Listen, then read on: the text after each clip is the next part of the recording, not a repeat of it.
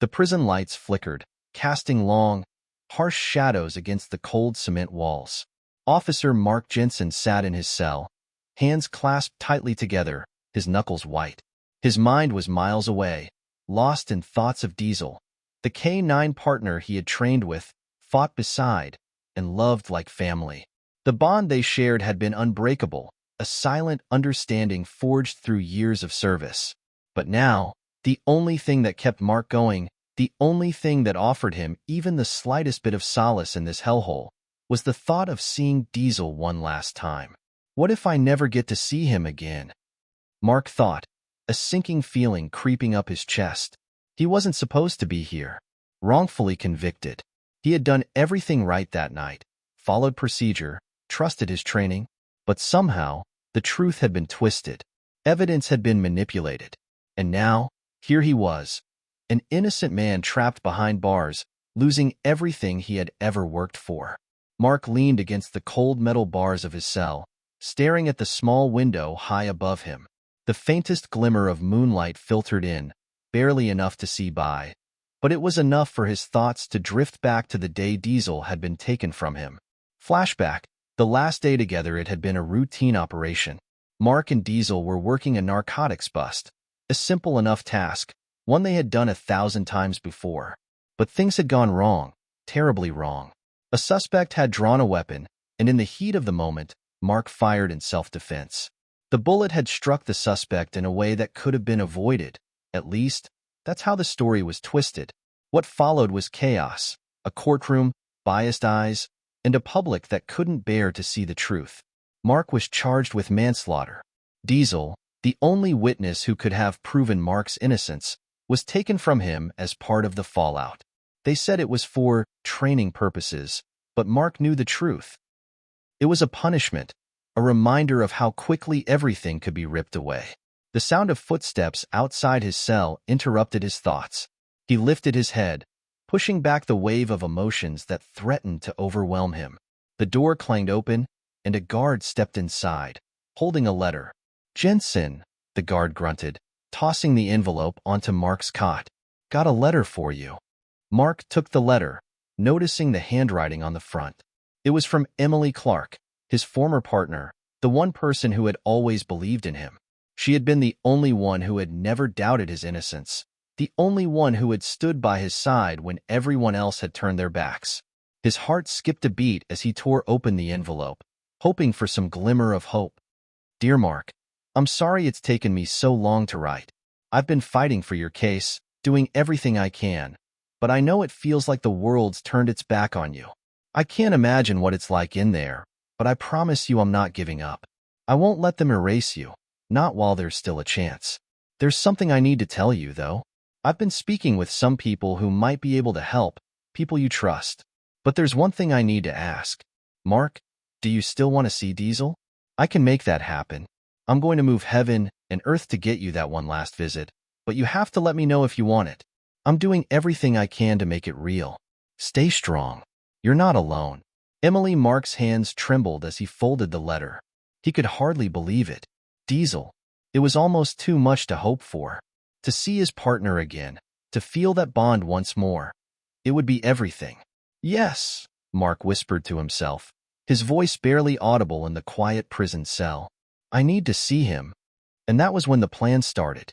Mark didn't know how long it would take, or how many walls Emily would have to break down to make it happen. But one thing was certain. This was his last wish, and he would fight for it. As the sound of the footsteps faded away and the prison settled back into its usual rhythm, Mark's mind raced with possibilities. Could this be his chance to finally make things right? Could Diesel's presence, his last connection to a life he'd lost, be the key to the justice he so desperately needed? With that thought in his mind, Mark leaned back on his cot and closed his eyes, a small flicker of hope lighting up the dark corners of his heart. Before the cold prison walls and the endless nights of uncertainty, Mark Jensen had been someone. He had been a man with a purpose, someone who lived to protect and serve. He had been a cop who fought not only for the law, but for the people he swore to protect. And above all, he had been a partner to Diesel, a bond that few could truly understand. Mark's story began in the suburbs of Detroit, a city that had seen its share of crime and heartache, but also one that had given Mark a strong sense of duty. He grew up in a modest home, the son of a single mother who worked 2 jobs to keep the family afloat. His father had been absent, a shadow in the background of his life, and Mark had learned early that life wasn't about waiting for things to come to you. It was about fighting for what you wanted. After graduating, Mark was assigned to the Detroit Police Department's K-9 unit, a position he hadn't expected but had quickly come to cherish. His partner, Diesel, wasn't just a dog, he was a lifeline. Diesel was a Belgian Malinois, a breed known for their intelligence, strength, and loyalty. The first time Mark met Diesel, he knew their bond would be something special. The dog had a sharp gaze, an unflinching loyalty in his eyes that mirrored Mark's own determination. Their first year together had been a whirlwind. They had tracked down criminals, helped with drug busts, and even apprehended suspects in life-threatening situations. Diesel had saved Mark's life more than once, and Mark had returned the favor. They worked seamlessly together, communicating without words, their partnership one of trust and respect. Mark remembered one of their earliest cases like it was yesterday. They were called in to search a warehouse suspected of housing drugs. It had been late at night, and the air was thick with tension. Diesel had led them through the dark corridors, his nose twitching with each step. Then, just as Mark had given the signal to stop, Diesel had lunged forward, his instincts telling him to act. Mark had barely managed to catch up when the suspect jumped out from behind a stack of crates, gun drawn. Without thinking, Mark had pushed Diesel out of harm's way and fired a warning shot. The man had dropped the gun and surrendered, but Mark never forgot the rush of adrenaline. Diesel had looked at him then, as if saying, "I got your back. You got mine." That was the unspoken rule. No questions, no hesitation. But it wasn't just the adrenaline-fueled moments that bonded them. It was the quiet times. The long drives in the cruiser, Diesel's head resting against Mark's shoulder, his gentle breathing a steady rhythm that helped Mark unwind after a stressful day. The dog was always by his side, always watching his back, and Mark had come to depend on him more than anything else. In those early years of his career, Mark had been full of hope. He believed in the system, believed that if he worked hard, followed the rules, and did his best, things would always work out. But slowly, as time went on, he began to see the cracks in the system. He saw how corruption took root, how the very people who were supposed to uphold the law often bent it for their own gain. Mark wasn't naive. He knew the world was imperfect. He had seen it in the streets, the faces of people who had been forgotten by the system, and in the cases that slipped through the cracks. But he had always believed that he could make a difference. That belief had been what kept him going, even when things felt like they were slipping out of control. Then, there was Emily. Emily Clark had been Mark's partner for 4 years, though their relationship had been much more than just professional. She had been his best friend, his confidant, and the one person who could make him laugh even in the darkest of times. They had a camaraderie that made even the toughest cases feel manageable. They were a team, in every sense of the word. It was Emily who had pushed him to apply for the K-9 unit in the first place, suggesting Diesel as a potential partner. And when Diesel arrived, their partnership had been solidified.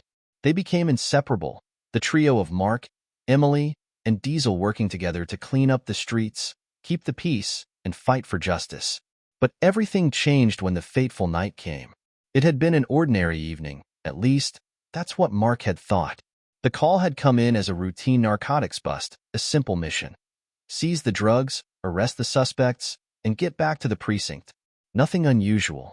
Nothing to suggest that this would be the night that ruined everything. Emily had been driving the squad car, Diesel in the back, Mark beside her. They'd received a tip that a drug kingpin was making a deal at an old, abandoned warehouse. It was supposed to be a clean operation, but when they arrived, things went south in an instant. Shots were fired. In the chaos, Mark had made the decision to defend himself and Emily. The suspect, a man with a criminal record, had drawn a weapon, and Mark had reacted, firing his gun in self-defense. The aftermath had been a blur of red tape, confusion, and accusations. The one thing that had kept Mark grounded, the unshakable belief in his own innocence, was slowly eroded by the system that seemed determined to bring him down. Diesel's testimony, crucial in proving Mark's version of the events, had been ignored. Emily had been the only one who still believed in him, but even she couldn't stop the wheels of justice from turning in the wrong direction. And so, Mark had found himself here, alone, in a prison cell, with nothing but the memories of Diesel and the hope that somehow, against all odds, he would get his last wish to see his K9 one more time. As Mark lay on his cot that night, the reality of his situation settled in. The man he had been before, the strong, determined cop who had dedicated his life to his work, was now just a distant memory. But one thing remained clear in his heart. He would never give up. Not on Diesel, not on Emily, and certainly not on himself. Tomorrow, he would fight again. Tomorrow, they would all fight. The warehouse loomed in the distance, its steel frame silhouetted against the dimming sky. Mark Jensen had driven past it dozens of times before, never giving it much thought. Just another forgotten industrial site in Detroit, a relic from better days. But tonight, the quiet street outside the building was about to become the scene of a nightmare that would alter his life forever. It had started as a tip from a confidential informant, someone with inside knowledge of a major drug deal that was about to go down. Mark and his partner Emily had been through countless similar busts, each one a routine operation with a predictable outcome.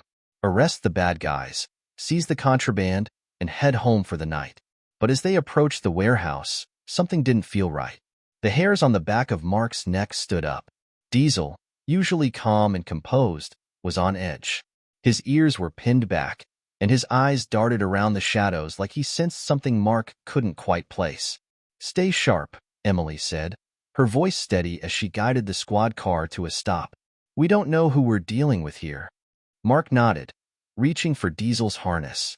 The Belgian Malinois was already poised, his muscles tense, ready to spring into action. Diesel had been with him long enough to know the drill, but tonight felt different. The air was thick with tension, as if the night itself held its breath. They moved quietly toward the warehouse, their steps careful, their weapons ready. Mark's eyes flicked back and forth, scanning the surroundings, while Diesel's nose twitched with every new scent. The ground was wet, and Mark could hear the distant sound of rain. But the silence inside the warehouse was suffocating. They reached the door, and Emily gestured for Mark to go first. He nodded and pushed the door open, the old hinges creaking loudly in the stillness. Inside, the warehouse was dark, the only light coming from the dim glow of a few broken windows. The smell of dust and decay hung in the air, but there was something else, a heavier scent, a metallic tang that sent a chill down Mark's spine. "Clear left," Emily whispered, signaling to Mark. Mark nodded, giving Diesel the command to search. The K9 darted ahead, nose to the ground, working his way through the shadows. Mark and Emily followed closely behind, their senses heightened, ready for anything. They hadn't gone far when Diesel's ears perked up. He stopped, staring intently at a pile of crates in the corner. Mark moved toward him, hand on his weapon. That's when he heard it, the faint sound of footsteps. "Shit," Emily muttered under her breath. A figure appeared from the darkness, a man stumbling out from behind the crates, his face partially obscured by a hoodie. Before Mark could react, the man pulled a gun from beneath his jacket and aimed it at them. Diesel growled low in his throat, positioning himself between Mark and the suspect. "Drop it," Mark shouted, his voice firm. "Drop the weapon." The man hesitated for just a second, just long enough for Mark to take in the situation. He was younger, probably in his 20s, and there was fear in his eyes. Mark's training kicked in, and he saw the flash of uncertainty in the man's stance. He was ready to fire, but something wasn't right. Mark could sense it. "Don't do this," Mark said, trying to calm him. "We don't want to hurt you. Just put the gun down." But the man's eyes darted to Diesel, and something in him snapped.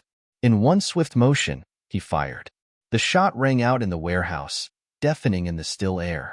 Diesel, with his instincts on overdrive, lunged forward, barking furiously. Mark's heart skipped a beat. Diesel's body slammed into the suspect, knocking him off balance, but not before the man fired again. This time, the bullet grazing Mark's arm. Mark staggered back in pain, but his focus was on Diesel. The dog was on top of the suspect, his jaws locked around the man's arm, keeping him pinned. Mark gritted his teeth, adrenaline flooding his veins. He raised his weapon, eyes locked on the suspect's gun, and fired a single shot, just enough to disable him, to make sure the situation was under control. The scene that followed was a blur of flashing lights and shouting. Mark had collapsed to the ground, clutching his bleeding arm while Emily cuffed the suspect. Diesel, bloodied but alive, stood by Mark's side, panting heavily. But as Mark sat there, looking down at Diesel, he knew something had gone terribly wrong. The adrenaline was wearing off, and the pain in his arm intensified. But more than that, something in the air felt off. The suspect had been too quick to draw his weapon, too quick to escalate. The whole thing had seemed staged. It wasn't until the next morning that the full gravity of the situation became clear. The news reports were already spinning the story, and what had been a routine bust was now being framed as something else entirely. The media described Mark as the officer who had recklessly shot and killed an unarmed man during a routine operation gone wrong. The facts didn't matter, only the image the media had painted. Then came the investigation. It didn't take long for the detectives to arrive at the same conclusion.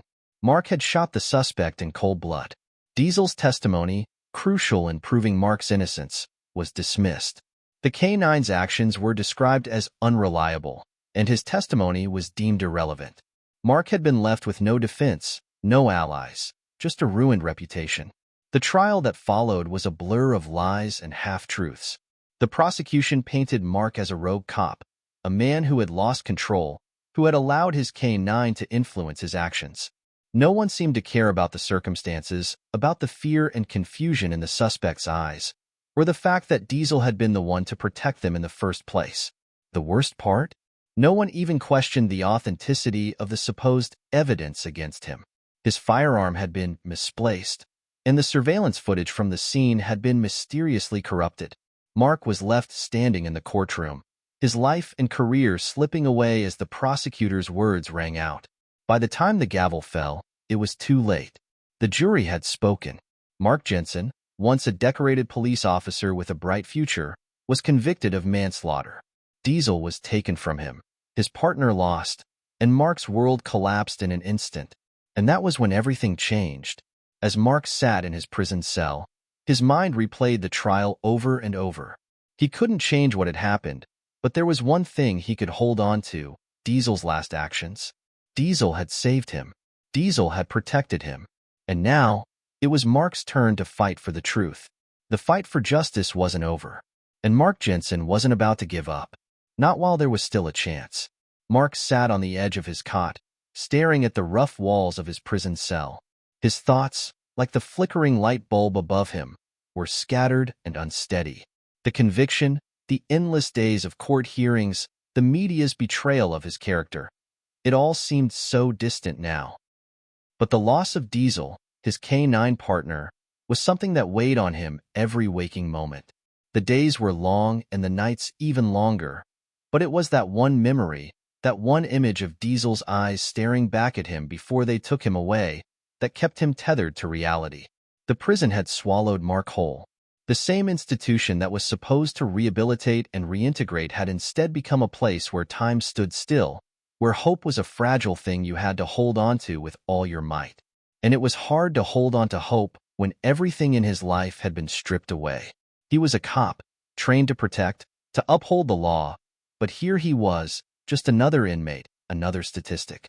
But Mark had always been a fighter. He wasn't about to let the system break him. He couldn't. Not when there was so much left to lose. Not when Diesel, his partner, was still out there, living a life without him.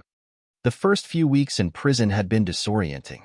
There were constant fights, overcrowding, and an endless cacophony of sounds that never let up. But Mark had found his rhythm. He had quickly learned who to avoid, who could be trusted, and where to keep his head down. Despite everything, he kept his training with Diesel alive. Every morning, he would run through the movements in his head, tracking, searching, and using his senses the way he used to when they were out on the streets together. It wasn't the same, but it helped keep his mind sharp. But as much as he tried to maintain some semblance of control, there were always reminders that the world on the outside had moved on. News stories of other cases, updates about the department, reports of what Diesel had been doing. All of it reached him in bits and pieces. Each mention of Diesel felt like a knife twisting in his chest. The dog was still out there, but Mark had no idea where he was, who was taking care of him, or if he was even safe. Emily, his partner, his friend, was the only one still fighting for him. She was the lifeline he clung to, the one person who hadn't abandoned him. Through letters, phone calls, and the occasional visit, Emily kept him informed of everything that was happening in the outside world. And it was during one of these visits that she brought something to him that made him sit up straight and listen. "Mark," Emily said softly as she sat across from him in the prison's visitation room. "I've been talking to some people. There's a chance we can reopen your case. There's a chance we can prove you're innocent." Mark's heart skipped. He had heard those words before. The chance that everything could be fixed. But it had never felt real. Not until now. "What's different this time?" Mark asked, his voice tight. The years of being let down had made him cautious, skeptical even. Emily leaned forward, her eyes filled with determination. "I'm talking to a few legal experts. They're willing to take your case. They're going to fight for you. And Mark," her voice softened, "I'm going to get Diesel back. I swear. I'll do whatever it takes to get him to you." The words hit Mark like a wave crashing against the shore. For the first time in years, there was a glimmer of hope, something more than just the fleeting comfort of memories. He could see Diesel again, his partner, his friend, but hope came with a price. To reopen the case would mean digging up the truth, the same truth that had been buried under layers of lies and manipulation. It would mean confronting the corrupt officials who had made sure Mark stayed behind bars. It would mean risking everything again. Emily had promised to help, but the journey ahead was not going to be easy. They needed new evidence, new witnesses, something that could shine a light on the lies that had led to Mark's conviction. "I'm ready," Mark said finally, his voice low but steady. "Whatever it takes. Let's bring Diesel home." The days that followed were filled with small victories and crushing setbacks. Emily worked tirelessly, talking to legal experts, contacting old colleagues who might have answers, trying to piece together the fragments of Mark's case. Each new piece of information brought them a step closer to the truth, but it also revealed just how deep the corruption ran. The more they uncovered, the more dangerous it became. Mark had always believed in the justice system. He had spent his career upholding the law, fighting for what was right. But now, he saw the cracks, the lies that were woven into the very fabric of the system he had once trusted. As Mark sat in his cell, working through his memories of that fateful night, he started to see the truth more clearly. The suspect had been set up. The evidence against him had been manufactured. Diesel's testimony, which could have cleared his name, had been ignored. There was no way to prove it then, no way to fight back when the cards were stacked so high against him. But now, with Emily's help, there was hope. They had a chance to uncover the truth, to bring the real criminals to justice, and maybe, just maybe, get Mark's life back. Mark knew it wouldn't be easy. Nothing in life ever was. But this time, he had something he hadn't had before. A reason to keep fighting. Diesel wasn't just his partner. He was his anchor, the one thing that kept Mark tethered to the world outside. The idea of seeing Diesel again, of holding him, of making up for all the time they'd lost, it was what pushed Mark to keep going. It was the one thing that made him believe, even in this cold, unforgiving place, that there could still be redemption. The sun was setting outside the prison walls, and Mark stood by the window, looking out into the distance. He didn't know what the future held, but one thing was certain. He would fight for it. He would fight for Diesel, for his freedom, for the truth. And maybe, just maybe, he would get a second chance to live the life he had lost. It had been weeks since Emily's visit. Weeks that felt like an eternity. Every day in prison blurred together, each one dragging on longer than the last. But amidst the monotony, something had changed. Hope. Emily's promise was the spark he needed. She had told him they had a chance to get his case reopened, to expose the corruption that had sent him to prison. But Mark knew the fight wouldn't be easy. And it wasn't. Emily had kept her word. She was relentless, reaching out to former colleagues, legal experts, even private investigators. The evidence they needed was buried, and it wasn't going to be uncovered without a fight. But Emily had a fire inside her, one that burned with the same intensity that had always driven Mark. It was that fire that kept him going, even when things seemed impossible. One morning, Mark received a letter. It was from Emily, and it wasn't just any letter. This was the one he'd been waiting for. "Mark," the letter began, "I've found something. It's not much, but it's a lead we can work with. There's a witness, someone who saw the entire thing happen that night. We're meeting with them next week. This is it, Mark. The first real crack in the case. Hold on." That one letter changed everything. The next few days were a blur of anticipation. Emily's words had reignited something deep inside Mark. For the first time in years, he felt alive again. Not just physically, but mentally. His focus shifted. He began running through the night of the crime in his head over and over, analyzing every detail, every interaction, trying to piece together what had really happened. The witness Emily had found was a former employee at the warehouse, someone who had been working late the night of the bust and had seen the entire thing unfold. The witness had never come forward before, perhaps out of fear or maybe out of indifference, but now they were willing to talk. The meeting with the witness was set up in secret, away from prying eyes. Emily arranged for the witness to meet in a neutral location, somewhere where they wouldn't feel threatened. Mark couldn't be there himself, not with the guards watching his every move. But Emily kept him updated, writing to him regularly about every conversation, every new development. The witness's testimony was nothing short of groundbreaking. "I saw the whole thing," the witness explained, their voice low and cautious. "There was a cop who showed up, Mark Jensen. I saw him go into the warehouse, and I saw what happened afterward. It wasn't like the news said. The guy they said was the suspect. He wasn't the one who fired first. It was the other officers." Mark's heart pounded as he read the letter Emily sent him about the meeting. This was the breakthrough they had been waiting for. The truth was finally coming to light. But with the truth came danger. The deeper Emily dug, the more she realized just how far the corruption went. The officers involved in the shooting, the ones who had manipulated the evidence, they weren't just trying to cover their tracks. They were trying to protect something bigger. Mark was just a pawn in a much larger game. Emily's next visit to Mark was different. She arrived with urgency in her step, her face grim. "I don't know how deep this goes, Mark," Emily said, sitting down across from him. "The witness is terrified.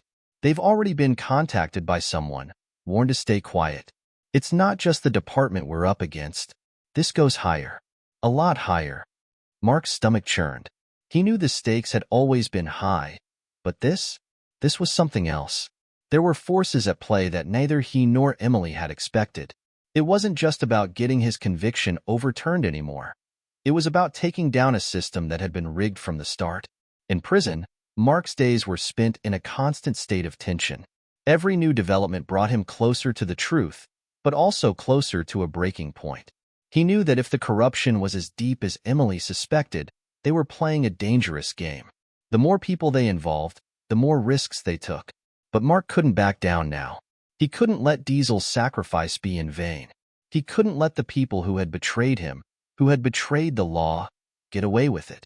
"We need to find out who's pulling the strings," Mark said to Emily in their next letter. "It's not just about clearing my name anymore. We need to take them down." Emily's response was swift, and though it was filled with determination, Mark could feel the weight of the situation in her words. "I'm on it, Mark. I'll do whatever it takes. But we have to be careful. One wrong move, and we could end up in a far worse place than you are right now. We can't let them silence us." In the weeks that followed, Emily continued her investigation, delving into the police department's internal affairs, digging into records, and speaking with anyone who might know something. As she got closer to the truth, the danger escalated. Strange things began happening: anonymous threats, suspicious individuals following her, even a car accident that she narrowly escaped. But Emily never wavered. She was in this with Mark until the end. Mark spent his days writing letters, organizing his thoughts, and mentally preparing himself for the fight ahead. He knew the odds were against them, but for the first time since the night of the shooting, he felt a sense of purpose. He wasn't just another inmate. He was a man on a mission. Then came the breakthrough. It wasn't just a witness anymore. Emily had uncovered a series of deleted police records, documents that proved the department had covered up the truth from the beginning. There were reports of missing evidence, altered crime scene photos, and even testimonies that had been changed or erased. The corruption ran far deeper than either of them had anticipated. Emily sent Mark a letter that made his heart race. "Mark, we've got it. The proof. This is it. We're going to take them down." For Mark, it felt like a second chance. A chance to redeem himself, to bring Diesel back, and to expose the darkness that had tarnished everything he'd worked for. But the danger was greater than ever. They were getting closer to the truth, and closer to the people who would stop at nothing to keep it hidden. The weight of what they had uncovered was enough to shake anyone. Emily's discovery wasn't just a breakthrough. It was an explosion waiting to happen. The truth about the corruption within the department was more damning than either of them had expected. Now, they were no longer just fighting for Mark's freedom. They were up against an entire system that had worked tirelessly to bury the truth, and the deeper they dug, the more dangerous it became. For Mark, every letter from Emily was a mixed blessing. On one hand, the hope was real. Finally, someone was listening. Finally, there was a chance to prove he wasn't just another victim of a broken system. On the other hand, the walls of his prison cell felt more confining than ever. The more progress they made, the more he realized that the people they were fighting weren't just any officers. They were embedded in the very heart of the system, untouchable. Emily's phone calls with Mark had become more urgent. They no longer talked in circles about the case. They strategized. They spoke in code, using subtle hints to avoid any chance of being overheard. The closer they got to the truth, the more Mark feared for Emily's safety. He knew the lengths the department would go to protect its secrets. "Mark, you have no idea what we're dealing with here," Emily had said in one of their late-night calls. Her voice was a mix of frustration and determination. "These guys are connected to some powerful people. If they think we're getting too close, they'll do anything to shut us down. I'm talking about high-level cover-ups, Mark. People who could bury us before we even get started." Mark had heard the fear in her voice. It wasn't the fear of losing a case. It was the fear of losing her life. As much as he wanted to protect Emily from the dangers ahead, there was nothing he could do. He was behind bars, a powerless man at the mercy of a system that had already wronged him once. The only thing he could do was stay focused and keep fighting. Through the letters, through the phone calls, through the tiny cracks they were starting to uncover in the case. But then came the first sign of real danger. It wasn't a phone call. It wasn't a letter. It was a late-night visit to the prison. Mark had just finished his last meal of the day when the guards arrived. 3 of them, walking with purpose toward his cell. He didn't know if it was a routine check or something else, until he saw the sergeant walking behind them. Sergeant Avery, the same man who had been in charge of the investigation that had led to his wrongful conviction. A cold sweat broke out across Mark's back. "Jensen, you're coming with us." Avery's voice was gruff. His eyes narrowed as he looked at Mark with disdain. Mark stood up, his heart pounding in his chest. He had learned over the years to read the expressions of his captors, to anticipate their next move. And this wasn't routine. They weren't just transferring him for another pointless interrogation. They had something planned. As they led him down the cold, sterile hallway, Mark couldn't shake the feeling that the walls were closing in. This wasn't just about keeping him silent anymore. This was about shutting him down for good.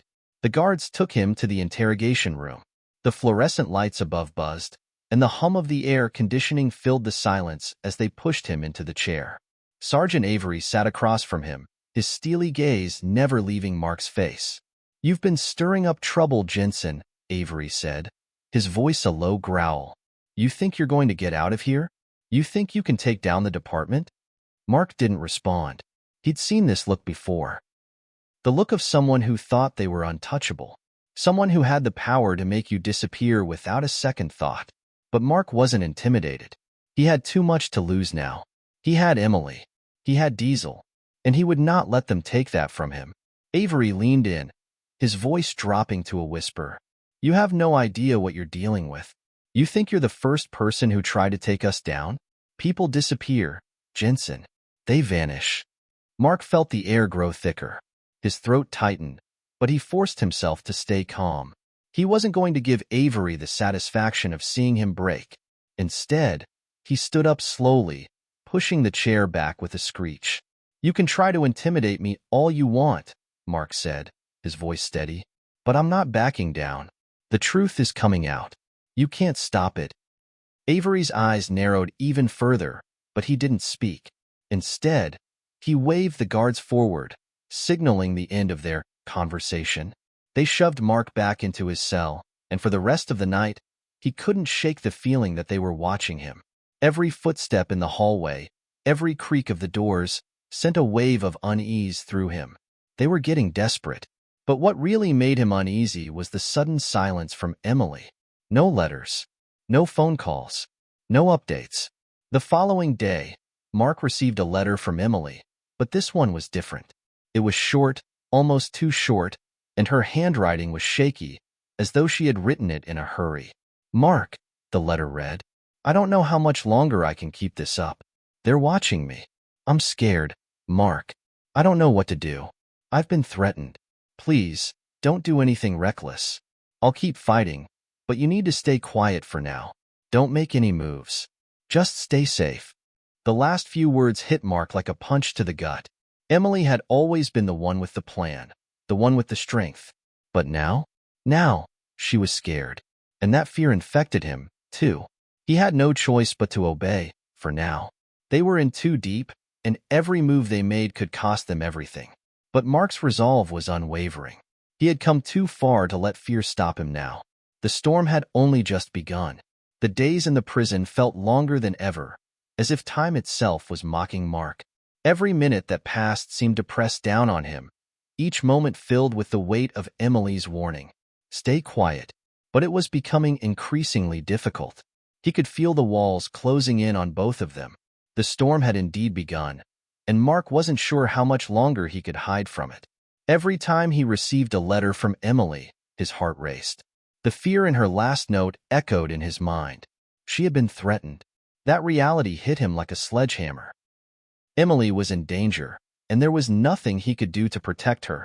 Mark's days now consisted of trying to keep his thoughts occupied, focusing on the few remaining pieces of the puzzle they had uncovered. The witness had given them a thread to pull at, but Mark knew that it wasn't enough. They needed more. They needed the damning evidence that could expose the entire network of corruption. But where could they find it? One evening, as the sun set and the fluorescent lights buzzed above his cell, Mark's thoughts were interrupted by a familiar face. It was Officer Davis, a guard who had been working at the prison for as long as Mark had been there. Davis wasn't known for being friendly, but Mark had seen him enough to know that his presence here wasn't entirely by chance. "You're needed in the warden's office," Davis said gruffly, his voice betraying no emotion. Mark's stomach dropped. The warden's office? This couldn't be good. The last time he'd been summoned there, it was for a routine meeting about his behavior. But today felt different. As Mark was escorted through the prison's maze of hallways, he couldn't shake the feeling that something was off. The air was thicker than usual, and the guards' expressions seemed more tense. It wasn't just the usual prison atmosphere. It was a heightened sense of alertness, a low hum of anxiety that seemed to hang over everything. When they reached the warden's office, Mark was surprised to find a few unfamiliar faces inside. 2 men in suits, sitting across from the warden. They looked out of place here. Businessmen, perhaps? Lawyers? But what were they doing in a maximum security prison? "Ah, Jensen," the warden said as Mark entered, his voice laced with an air of forced cordiality. "We've been waiting for you. Please, have a seat." Mark didn't sit. Instead, he crossed his arms over his chest and eyed the 2 strangers warily. "What's this about?" he asked, trying to keep his voice steady. The warden's eyes flickered to the 2 men, who exchanged brief glances before one of them stood up and extended his hand toward Mark. The man was tall, with sharp features and an unsettlingly calm demeanor. "Mark Jensen," he said, his voice smooth, almost too smooth. "We've been following your case for some time now, and it's come to our attention that you've been making quite a bit of noise, especially with the help of certain individuals outside these walls." Mark didn't take the man's hand. He didn't trust him. His gut told him something was terribly wrong. "What do you want?" Mark pressed, his voice growing more guarded. The man smiled, But it wasn't a friendly smile. It was the smile of someone who had already won. "We just wanted to make sure you understand the consequences of your actions, Mr. Jensen. You've stirred up quite a bit of attention, and that attention can be dangerous." Mark's heart started to pound. His instinct told him to leave, to walk out of that office and never look back. But he stayed. He had to stay. He needed answers. The man's eyes glinted as he continued. "You've been very vocal about your case, and that's fine. But you need to understand that it's not just your life on the line anymore. You have people outside working with you, people who are digging into things they shouldn't be. You've put them in a very precarious position, and we don't like it when our business is interfered with." Mark stood silent, his mind racing. The threat was clear now. They were not just trying to silence him. They were sending a warning to Emily, to everyone involved. This wasn't just about him anymore. It was about making an example out of anyone who dared challenge the system. "What do you want me to do?" Mark asked, his voice tight, barely concealing his anger. The man smiled again, this time with a hint of satisfaction. "We just want you to consider the price of silence. You see, we have ways of making things very difficult for people like you. People who think they can take down an institution that's been around much longer than they have. And we can make things very difficult for your friends outside, too. People who might want to keep playing their little game with the truth. All we ask is that you think about the consequences before you make your next move." The man didn't wait for a response. Instead, he turned to the warden. "We're done here. Let's go." The two men left the office without another word, leaving Mark standing in the middle of the room, his thoughts a whirlwind of fear and rage. The warden gave Mark one last glance before leaving him alone in the office. "Think it over, Jensen," the warden said, his tone no longer polite. "I don't think you want to make enemies of the wrong people." As Mark was escorted back to his cell, his mind was racing. He couldn't allow them to intimidate him. He couldn't let them win. But the threat was real. He knew what they were capable of, and the stakes had never been higher. Back in his cell, he sat on the edge of the bed, staring at the walls.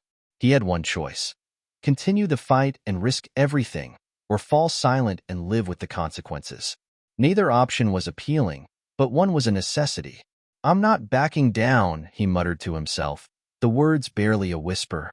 The price of silence was too great, but the price of fighting was unknown. Mark had never felt so alone. Not even when the courtroom doors slammed shut, sentencing him to life behind bars. That loneliness, the kind that presses into your bones and suffocates you, was nothing compared to what he was feeling now. The threats, the uncertainty, the ever-looming shadow of Emily's safety hanging over him. It was all beginning to break him down, piece by piece. The visit from the men in suits had rattled Mark more than he was willing to admit. They weren't just trying to intimidate him, they were sending a message. They weren't afraid of him, not in the least. They were afraid of what he could expose. And that terrified Mark. He hadn't heard from Emily since that meeting. Not a letter, not a phone call. The silence gnawed at him, a constant reminder of just how much danger she was in. She had warned him, "Don't make any moves." But what were they supposed to do now? The evidence was mounting, but it wasn't enough. Not yet. They needed something more. Something that could topple everything. But every move they made only seemed to put them both at greater risk. That afternoon, Mark stood at the prison yard, staring out at the gray sky, the wind biting through the thin fabric of his jumpsuit. He had always been a fighter. He had spent his life in service to the law, always striving to do what was right. But now, he was fighting for survival, fighting for the truth, fighting for Emily. But was it enough? His thoughts were interrupted by a familiar voice. "Mark." It was Davis, the same guard who had brought him to the warden's office. Mark turned, his heart skipping a beat. Davis was looking at him with a mixture of curiosity and something else, something unreadable. "You okay?" Davis asked, his voice quieter than usual. It was odd. Davis wasn't the type to check in on anyone. He was a no-nonsense kind of guy, more likely to turn a blind eye than to show any concern for an inmate. Mark wasn't sure what to make of it, but he couldn't afford to let his guard down. "I'm fine," Mark replied, his voice flat. "What do you want?" Davis didn't answer right away. Instead, he shifted his weight, glancing around to make sure no one else was nearby. Then, in a low voice, he said, "I don't know how much you know about what's going on outside these walls, but things are getting dangerous. The higher-ups, they don't like what you've been doing. And they're not going to stop until they shut you down for good." Mark's pulse quickened. The guard's words confirmed everything he feared. The stakes had been raised. But this wasn't just a warning from the suits in the warden's office. This was real. "What do you mean?" Mark asked, his eyes narrowing. Davis glanced over his shoulder one last time before continuing. "You think you're the only one who's been watching? There are people on your side, Mark. People who've been paying attention. You're not alone. But it's not just the department that you've got to worry about now. It's the people who don't want the truth getting out. They'll do whatever it takes to keep it buried." Mark's heart pounded in his chest. Could he trust Davis? He wasn't sure, but the words were enough to spark a flicker of hope. Someone was watching. Someone cared. And that meant he wasn't completely powerless. "Who else is involved?" Mark asked, his voice tight. Davis hesitated, his eyes darting to the other guards who were watching from across the yard. Then, finally, he leaned in closer. "I don't have all the details, but I know enough to tell you that the people who are protecting their own are powerful. You've got people in high places who've been pulling the strings for a long time, and they'll stop at nothing to make sure you don't find out who they are. So be careful, and think about your next move very carefully. You're playing a dangerous game." With that, Davis turned and walked away, leaving Mark standing in the yard, the wind howling around him.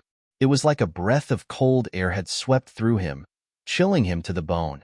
He had just received another warning, one that confirmed everything he had feared. But there was no turning back now. The storm was coming, and Mark had no choice but to ride it out. That night, Mark sat in his cell, staring out the small window as the moonlight spilled into the room. His mind was a battlefield.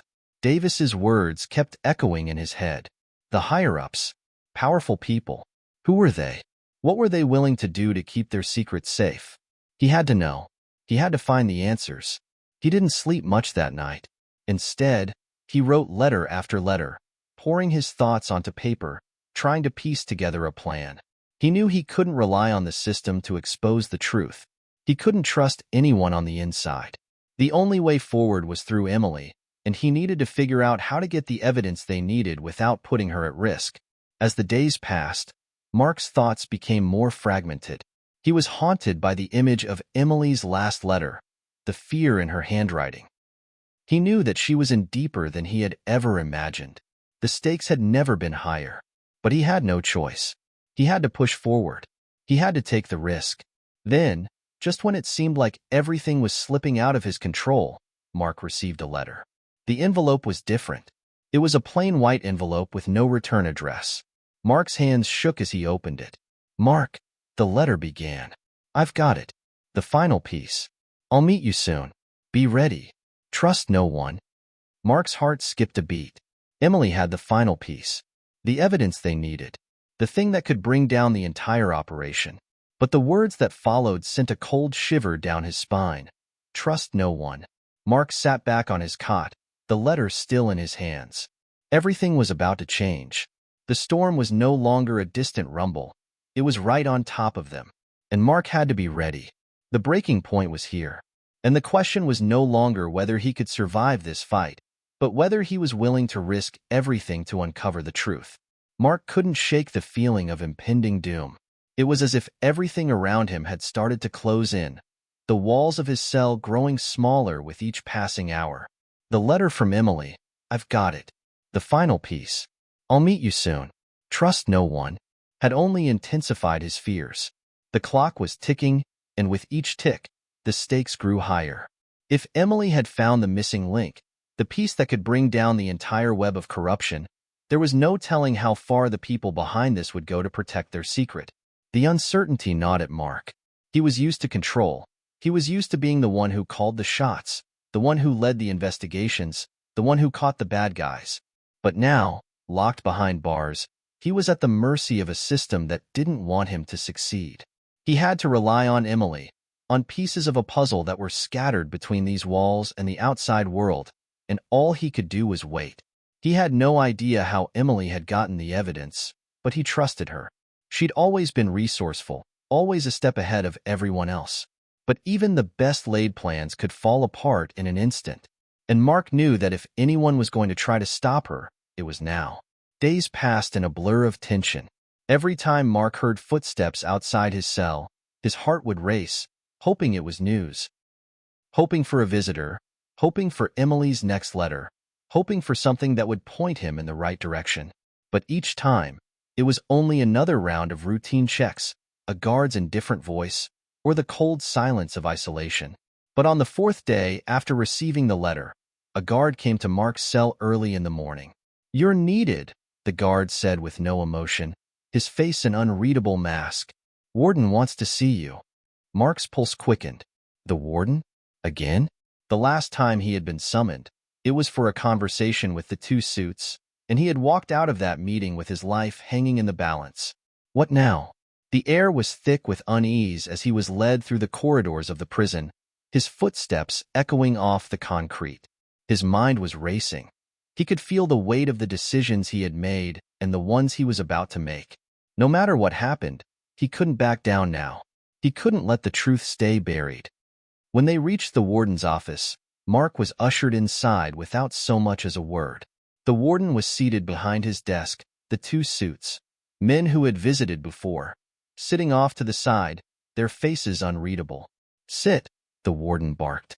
Mark did as he was told, his heart pounding in his chest. The warden's eyes locked onto his, and for a long moment, no one said anything. The tension in the room was palpable, as if they were all waiting for someone to make the first move. Finally, the man in the sharp suit spoke up, his voice smooth as silk. "We've been following your case, Mr. Jensen, and we've decided that you're becoming a problem." Mark didn't flinch, his eyes never leaving the man's face. "A problem?" Mark echoed, his voice low and dangerous. "A problem for who? You or for justice?" The man's lips curled into a small, controlled smile. "You see, Mr. Jensen, the world doesn't work the way you think it does. People like you, they get in the way. And that can't happen. We've put up with your little game for far too long. But now it's time to make things permanent." Mark's mind raced, but he kept his cool. Permanent? What did that mean?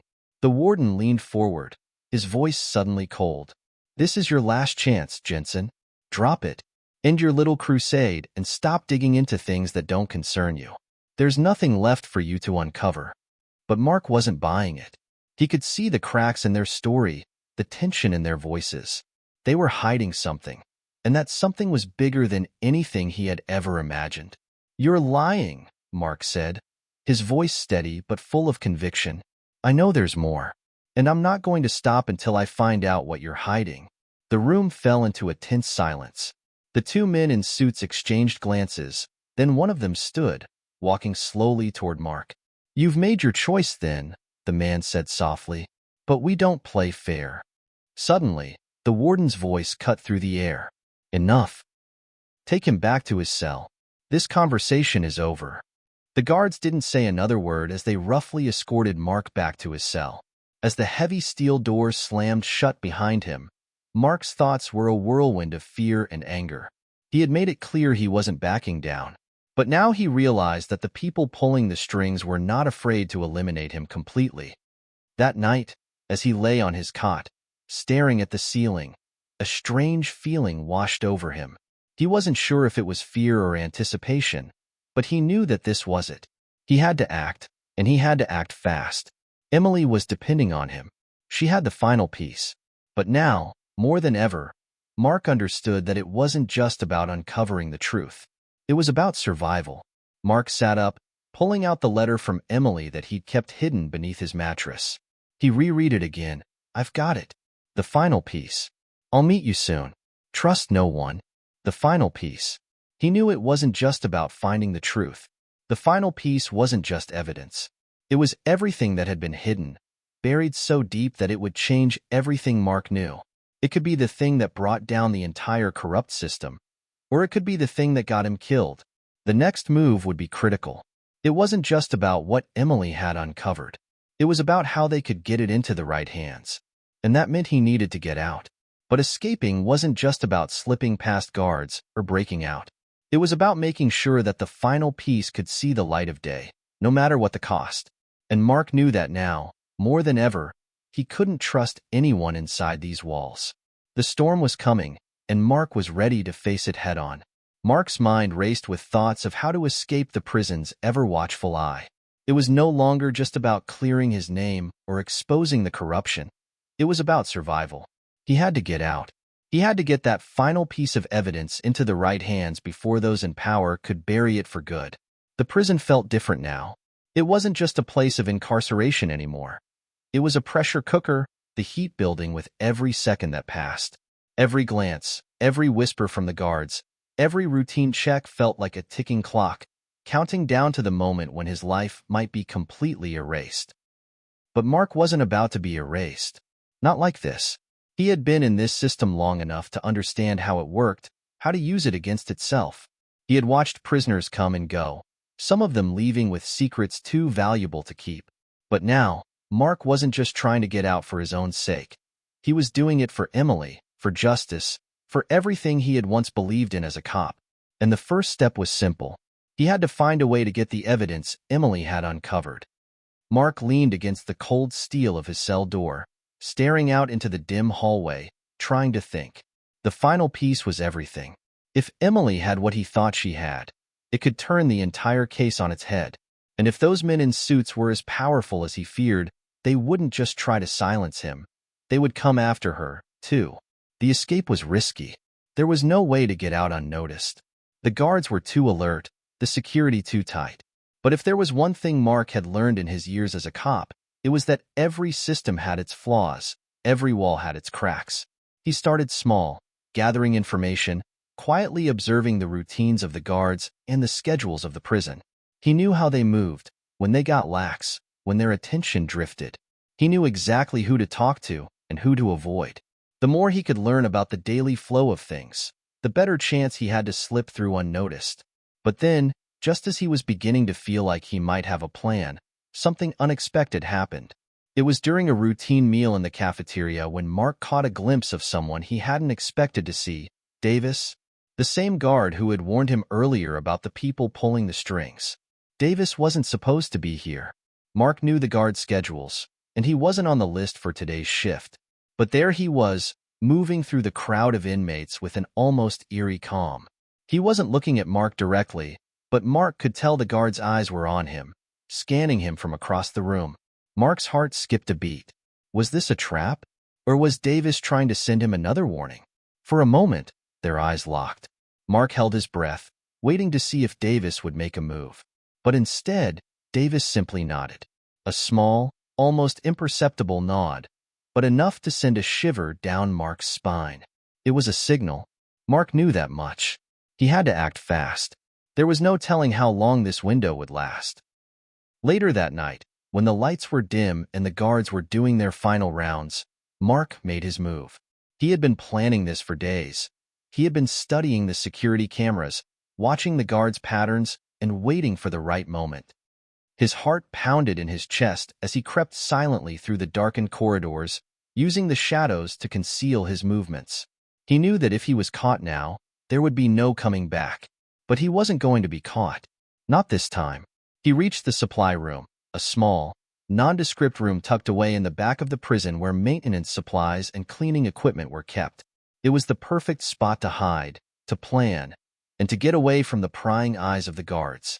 Inside the room, Mark pulled out a small makeshift tool he had crafted from a broken piece of metal, a thing he had managed to hide during his earlier shifts. Slowly, carefully, he worked on the lock, feeling the mechanism give way with each turn. His pulse quickened. He was so close. But just as the lock clicked open, a voice broke the silence. "You're making a mistake, Jensen." Mark froze. He knew that voice. "Davis?" Mark whispered, his heart skipping a beat. Davis stepped out of the shadows, his face obscured by the dim light, but his tone was unmistakable.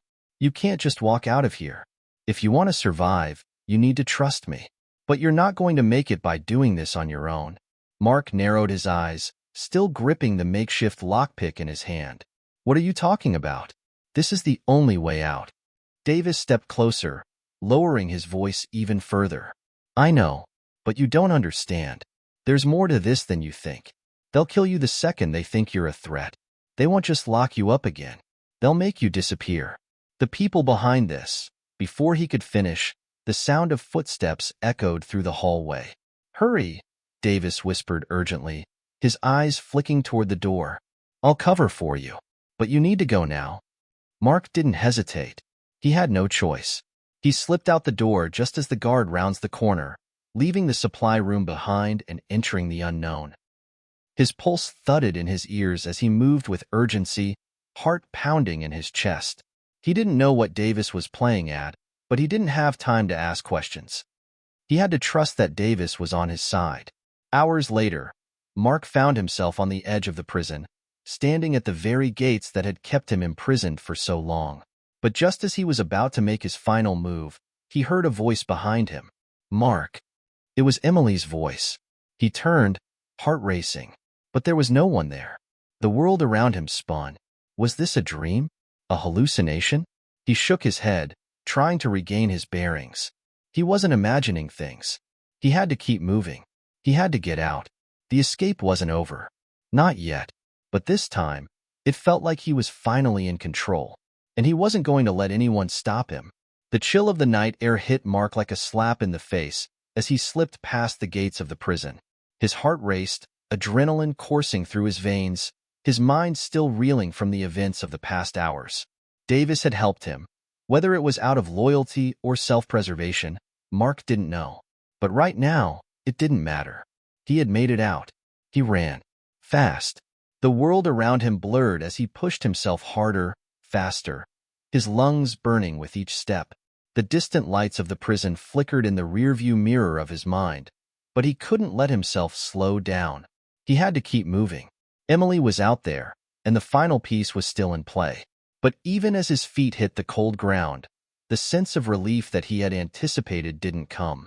Instead, there was a gnawing sense of unease, an awareness that something was still terribly wrong. He had barely escaped with his life, and he knew, deep down, that the hardest part was yet to come. The people who had orchestrated his downfall, who had framed him for a crime he didn't commit, weren't going to stop just because he managed to break free from their prison. The city was eerily quiet as Mark sprinted through the back streets, the hum of distant traffic the only noise to accompany him.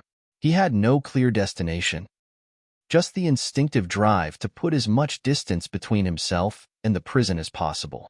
It wasn't until he heard the sound of footsteps behind him that the first flicker of panic set in.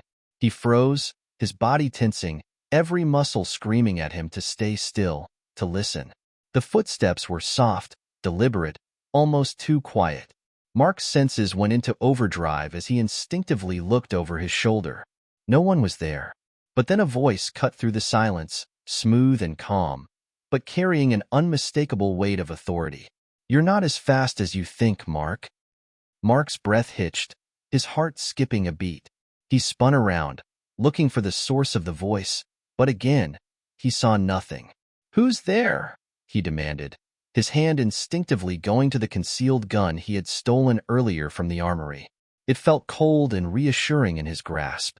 The figure appeared as if from thin air, a shadow in the night, tall and imposing. He was dressed in a black hoodie, his face obscured by the darkness.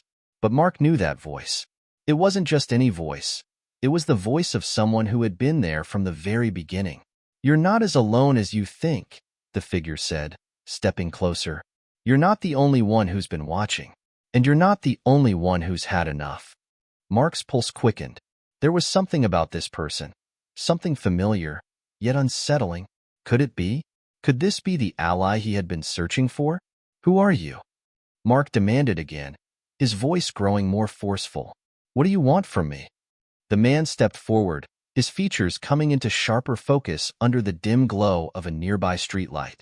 Mark's eyes widened as recognition hit him like a freight train. My name is Detective Rachel Graves. Mark's stomach dropped. Rachel. He had worked with her for years before everything had gone to hell. She had been his partner on countless cases, the one person he thought he could always count on, the one person who had always had his back. But the last time he'd seen her, Before his world had crumbled, she had been deep undercover, investigating the very same corrupt network that had framed him. "Rachel?" he breathed, his voice barely a whisper. "Yeah, it's me," she said, pulling down the hood to reveal the familiar, hard face of the woman he had once trusted with his life. "I've been trying to find a way to get to you without them noticing. You're not the only one who's been framed, Mark, but I can help you. I can get you to the people who can clear your name." Mark's head spun as he tried to process what she was saying. "You've been working on this? You've been watching me all this time?" Rachel nodded, her expression grim. "I never stopped, Mark. They thought they could bury the truth, but they made a mistake. They didn't count on us coming after them." Mark felt a wave of relief wash over him. Finally, someone who wasn't part of the conspiracy. Someone who actually wanted to help him. But even as the relief hit, a knot of doubt twisted in his gut. "But if you've been tracking them all this time, why didn't you come sooner?" he asked, his voice shaking slightly. "Why wait until now?" Rachel hesitated for a moment, then stepped closer. Her voice dropped to a near whisper. "Because I couldn't. I've been working from the inside. I've had to play by their rules, keep them from suspecting me. But the moment you broke out, it gave me the opening I needed. We have a chance to take them down. But it won't be easy, Mark. They'll be looking for you. They'll be watching every move you make." Mark's mind was racing, piecing everything together. "You're the one who sent me the message earlier. Trust no one," he said, his voice shaking with the realization. "You've been trying to warn me." Rachel's face hardened, her jaw tightening. "Yes, I've been watching from the shadows, trying to make sure they didn't get the drop on you. But we have to move fast. I've uncovered the final piece, Mark, the one Emily's been hiding. And I can get it to you, if you trust me." For the first time in a long while, Mark allowed himself to breathe. He had never doubted Rachel. Well, not completely. But now, with her standing in front of him, it felt like the weight of the world had shifted. There was a chance. A real chance. "Where is it?" he asked, his voice low but full of urgency. Rachel gave him a knowing look, then pulled a small, nondescript flash drive from her pocket. "Right here. The key to everything. The proof we need to take them down." Mark took the flash drive from her, his fingers brushing against hers for just a moment, and in that brief contact, he felt a renewed sense of purpose. He wasn't alone anymore. He had allies. He had Rachel. But even as he held the key to the truth in his hand, Mark knew that the real battle had only just begun. The people who had framed him, the people who had hurt him, weren't going to let this go. They'd stop at nothing to keep their secrets buried. And now, it was up to Mark to decide. Would he take the final step? Would he risk everything to expose the truth? Mark's fingers tightened around the flash drive. It was like holding the key to his freedom, and maybe even his life. The weight of it was heavy, but it wasn't just the weight of the physical object. It was the knowledge of what it meant. The undeniable truth that could bring down everyone who had wronged him, everyone who had played a part in his downfall. If this data was real, if it could be exposed, it could clear his name and put the true criminals behind bars. Rachel led him down a narrow alleyway, her eyes darting around as she kept a careful watch on their surroundings. The city felt different now, like a looming presence that could collapse under the weight of their actions. Mark could feel the pulse of danger in the air, and every instinct told him to stay alert. They were no longer just two people on a mission. They were fugitives on the run, with the full force of a corrupt system bearing down on them. "We need to get to a safe house," Rachel said in a low voice, her expression hardening. "The moment they realize you're out, they'll come for us. It's only a matter of time before they trace the flash drive back to us. We need to hide." Mark nodded, his mind still spinning from the revelation. "Where's the safe house? Who can we trust?" Rachel didn't answer immediately, her eyes scanning the street. "There's someone I know. A contact who's been helping me from the inside. He's the one who made sure I got the data to you. He'll help us, if we can get to him." Mark's gut twisted. "I don't trust anyone anymore, Rachel. You were right to warn me. Everyone's a suspect." She paused, her face tight with concern. "I get it, but this is the only way. We don't have any other options. If we don't move now, they'll close in on us before we even know it." Reluctantly, Mark followed her down the alley, the sound of his footsteps echoing off the walls. The city around them felt like a maze, with shadows creeping along every corner. But Mark wasn't just worried about being followed anymore. He was worried about what would happen when they reached the safe house. Could they really trust the contact Rachel was leading them to? And what if this was all a setup? "I've been burned before," Mark muttered under his breath, "by people I thought were on my side." Rachel turned to him, her eyes filled with a mix of guilt and determination. "I understand, Mark. I don't expect you to trust me blindly, but I'm trying to help. I wouldn't have come this far if I wasn't." They reached the end of the alley and stepped into a dimly lit street. Rachel quickly scanned the area, then led Mark toward a nondescript building tucked between two larger structures. The door was locked, but Rachel reached into her pocket and pulled out a keycard, swiping it quickly across the reader. The door clicked open. Inside, the building was eerily quiet. Mark followed Rachel through a series of winding hallways until they arrived at a small, windowless room. The air inside felt stale, like it hadn't been disturbed in a long time. "Wait here," Rachel said, her voice firm. "I'll check in with the contact. Make sure the coast is clear." Mark didn't argue. He couldn't afford to waste time, but he was starting to feel that creeping unease again, the kind of feeling that told him he was on the edge of something much worse than he had ever imagined. Minutes passed in agonizing silence. Mark's mind raced as he thought about all the things that could go wrong. And then, just as he was about to go after Rachel, he heard the faint sound of voices coming from the hallway. His heart skipped a beat as the voices grew louder. He moved to the door, his hand instinctively going to his gun. But as he peeked through the crack, his stomach dropped. Rachel was standing in the hallway, talking to someone. But the man she was speaking with wasn't a contact. It wasn't someone from the inside. It was Davis. The realization hit Mark like a punch to the gut. The guard who had helped him escape. The man who had warned him. And now, here he was, meeting with Rachel. Were they in on this together? Was Rachel playing him the whole time? Mark's blood ran cold. The flash drive was still in his pocket, but now it felt like a burden. What if Rachel wasn't really trying to help him? What if she was part of the conspiracy all along? Had everything been a lie? He stepped back from the door, the weight of his decision pressing down on him. Should he confront them now? Risk everything? Or should he stay hidden and wait to see what happened next? The voices in the hallway grew more intense, the conversation taking a sharp turn. Mark could hear Davis's voice, low and urgent. "You're sure he has it?" Davis asked. "Is this it? The proof we need?" Rachel's voice followed, almost too calm. "Yes, it's all there. He doesn't suspect a thing. He'll never see it coming." Mark's stomach twisted in knots. "Never see what coming?" he whispered to himself, barely able to process what he was hearing. "Good," Davis said, his voice filled with cold satisfaction. "We need to take him out before he gets any further. No one can know we're involved." The words hit Mark like a blow to the chest. "Take him out," he repeated, his voice shaking with disbelief. There was a pause, then Rachel spoke again. But this time her voice was different, colder, more calculating. "It's done, Davis. We have what we need. Now we just need to tie up loose ends." Mark's pulse raced. The betrayal was as clear as day now. Rachel wasn't trying to help him. She was setting him up. She and Davis had been playing him from the very beginning.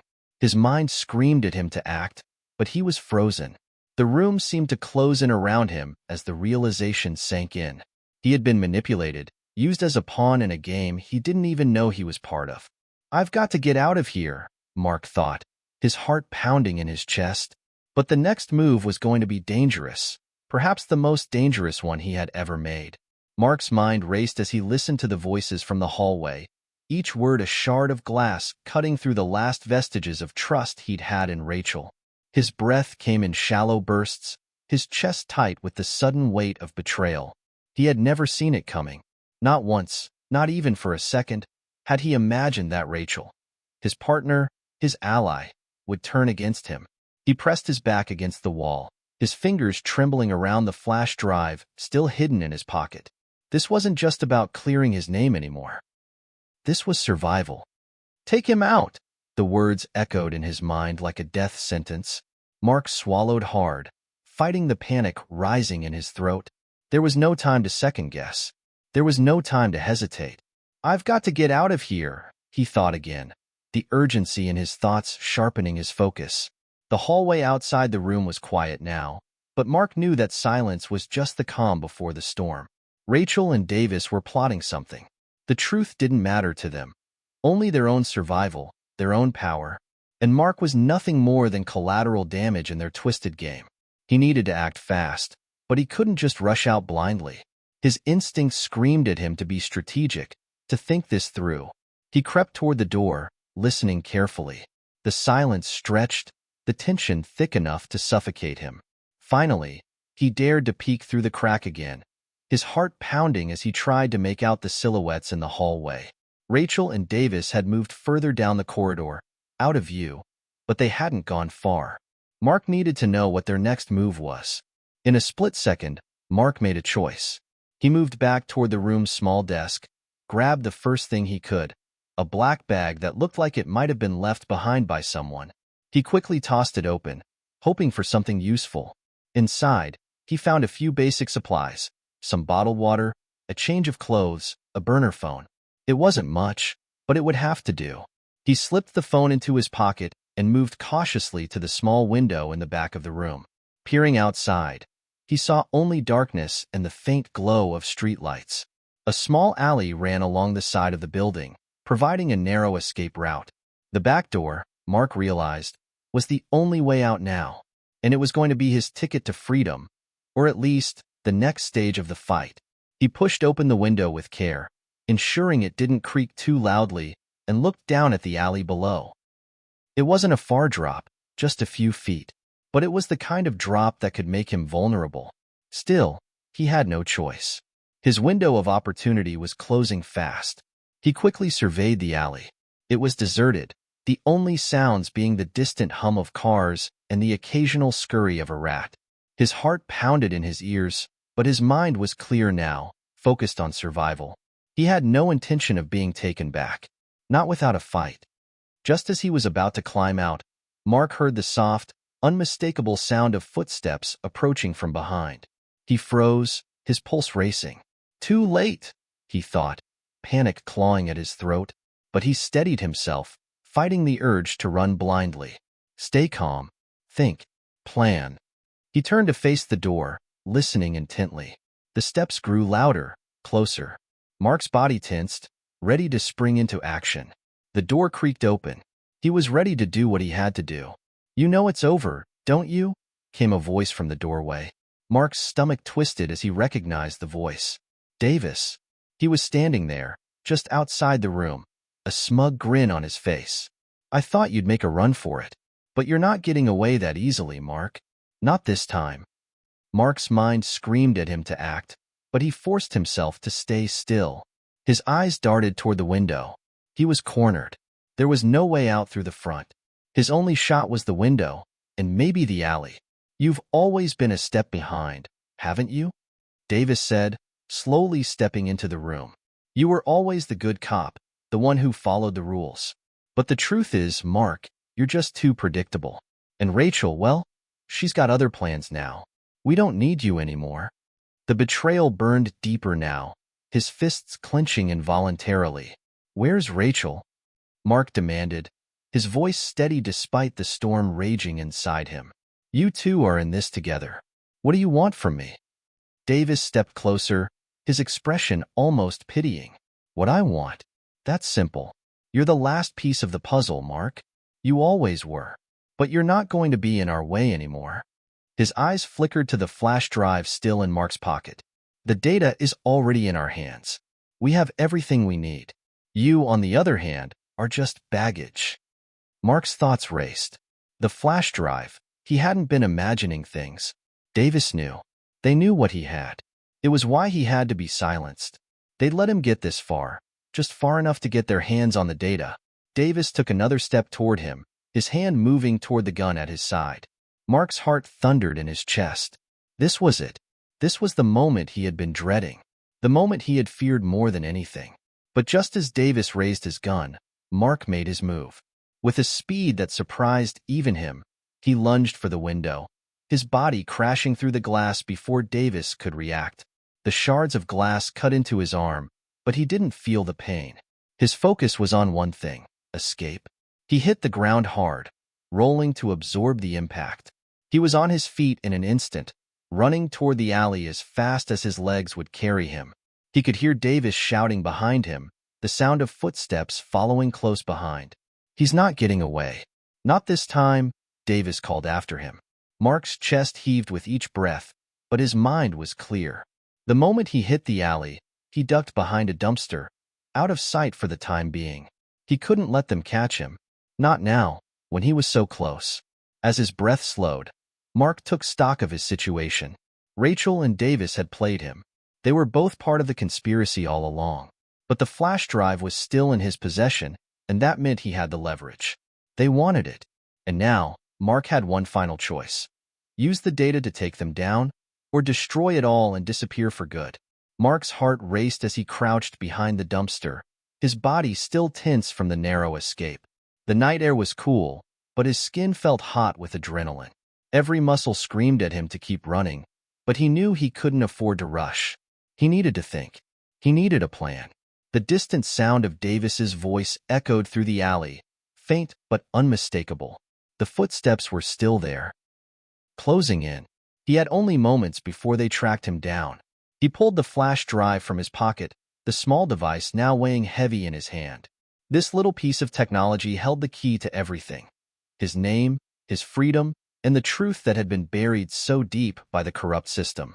Mark had thought he was running toward justice, but it seemed that the truth had always been a step ahead of him, hidden beneath layers of deception.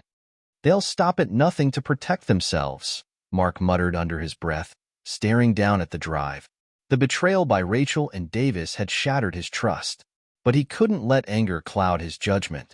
The data on this drive was his best chance at exposing everything. Exposing them. His mind flickered to the burning question that had been haunting him since his escape.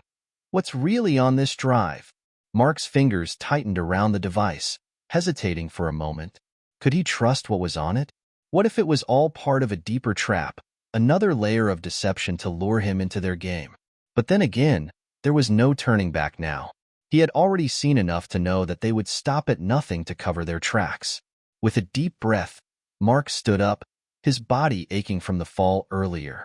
His eyes darted around the alley, searching for his next move. He needed to get out of sight, find a safe place to check the contents of the drive. And the only place that felt even remotely safe right now was the underground network of safe houses he had once used during his earlier investigations. The people there were trustworthy, at least some of them. But before he could take another step, a sudden noise, footsteps, broke through the silence of the alley. Mark froze, his hand instinctively going to the gun at his side. He couldn't risk being caught now, not with the flash drive in his possession. He ducked into a nearby doorway, heart pounding in his ears, hoping his movements had been quick enough.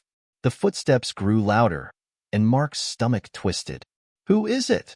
he wondered, trying to steady his breath. The shadow passed by the doorway. Mark held his breath, praying that the person wouldn't stop.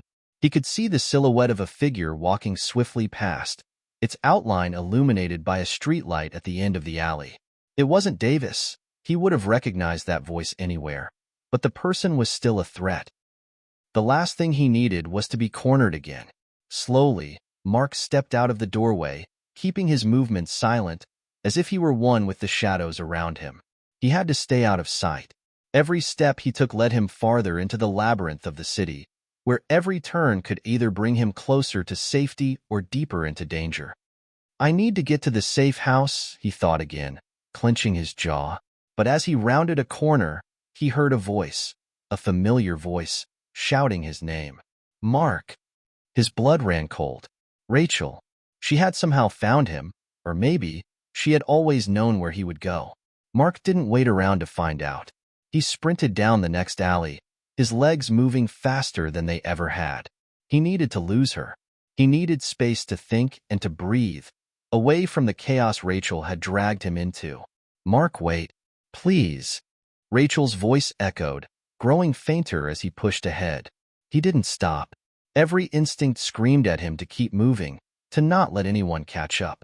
The sound of Rachel's pleas faded, replaced by the sound of his own breath, and for a moment, Mark felt the weight of the world lifting off his shoulders.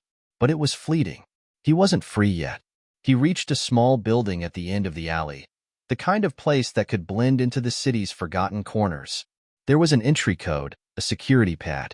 Mark knew the drill. This was his old contact's safe house. He'd used it a few times in the past, though it had been years since he last needed it. His fingers shook as he punched in the code, the glow of the pad flashing green. The door clicked open. Mark didn't hesitate.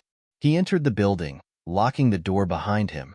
The inside was sparse, just a few tables, chairs, and a makeshift desk covered with maps and papers. The scent of old coffee lingered in the air. Mark stepped inside, his back against the door as he surveyed the room. The safe house felt like a sanctuary, but there was no time for comfort. He moved swiftly toward the desk and pulled out the small laptop hidden beneath it. He plugged the flash drive in and watched as the device came to life on the screen. The loading bar crawled forward, the seconds stretching into what felt like eternity. Mark's stomach churned. What's on here? His thoughts bounced from one possibility to another. Would it be proof of corruption, of payoffs and hidden deals? Or was it something even darker? Something that could ruin not only his career but countless others? The screen blinked as the files finally appeared. Mark leaned in, his heart thudding as he began to scroll through the data. There were files upon files, encrypted documents, communication logs, and surveillance footage. At first glance, it didn't seem to mean much, just a collection of random pieces. But Mark's eyes widened as one file caught his attention. It was labeled Operation Redoubt. What the hell is this? Mark muttered, clicking on the file. The contents loaded, revealing a list of names, dates, locations, and something else. Detailed plans, communications, and payments from a network of individuals, all tied to corrupt law enforcement officers, business moguls, and even politicians. Mark's pulse quickened as he scrolled through the names. Some of them he recognized, others he didn't. But one name jumped out at him immediately. Davis. He clicked on the file and was greeted with a string of communications. Davis's name appeared over and over again, hidden behind coded language and encrypted messages, but there was no mistaking it. Davis had been pulling the strings all along. And the operation? It was far larger than Mark had ever imagined. It wasn't just about corruption in the department. It was about manipulating entire systems, controlling major parts of the city's economy, law enforcement, and even its government. This is huge, Mark whispered to himself. This is bigger than I thought. But there was still a question that burned in his mind. What was Rachel's role in all of this? As he dug deeper, Mark realized the truth. Rachel hadn't just been playing him. She had been playing both sides. Her loyalty wasn't to him, and it wasn't even to Davis. It was to the system itself, a system she had been feeding information into, helping cover up their tracks while playing the part of the innocent informant. The pieces clicked into place. Rachel had known about Operation Redoubt all along. She had been working with Davis to pull him in, to make him believe that they were on the same side. When, in reality, she had been manipulating him to ensure that the plan moved forward. Mark's anger flared, but he knew what he had to do. This wasn't just about revenge anymore. This was about exposing the truth. He wasn't just going to take down Davis. He was going to bring down the whole operation. And Rachel? She was going to regret ever thinking she could use him. Mark sat in the dimly lit room, the weight of the flash drive still heavy in his hand, but the weight of the truth now pressing down on him even more. His fingers hovered over the keyboard, frozen, as the files continued to unfold before him. Operation Redoubt. The name still echoed in his mind, like a sinister drumbeat that heralded the revelation of a much darker conspiracy than he could have ever imagined. The connections were dizzying, too many to grasp all at once. Davis, Rachel, key figures from his own department, and several business moguls whose names were tied to various illegal activities, human trafficking, drug smuggling, and even arms deals. How deep does this go? He thought, the realization of his own involvement in something far bigger than a simple case of police corruption chilling him to his core. For years, he'd thought he was just a good cop, playing by the rules, even when things were difficult. But now, The lines had been blurred so much that Mark could hardly tell what was real anymore. He'd trusted Rachel. He'd trusted Davis. But they had both played him like a pawn in a game far beyond his comprehension. Mark slammed the laptop shut, his hands shaking. I can't do this alone. His mind screamed for answers, but the answers were all pointing to the same place. Rachel was a double agent, working for something, or someone, larger than any of them. And Davis? He was the one pulling the strings, the one who had orchestrated everything from the start. I need help, Mark muttered under his breath. He couldn't trust anyone in the department. Everyone had been compromised. He'd seen the files, seen how everyone had a price, how loyalty was a mere illusion. But there were still a few people he could turn to, people outside the system. Maybe, just maybe, they could help him put all of this together and expose it. Mark quickly grabbed his phone, dialed a number he hadn't called in years. The number of a former partner, someone who had once been by his side when things were simpler, back when the world wasn't so full of lies. Jonah. The phone rang twice before Jonah's gravelly voice answered. Mark? What the hell is going on? I heard the news. Mark's stomach twisted. Jonah was good, too good, and had always been the type to see through the fog of corruption. But he was also a man with his own demons. Mark couldn't be sure what he'd do with the information he was about to share. Jonah, I'm in deep, Mark said, his voice low.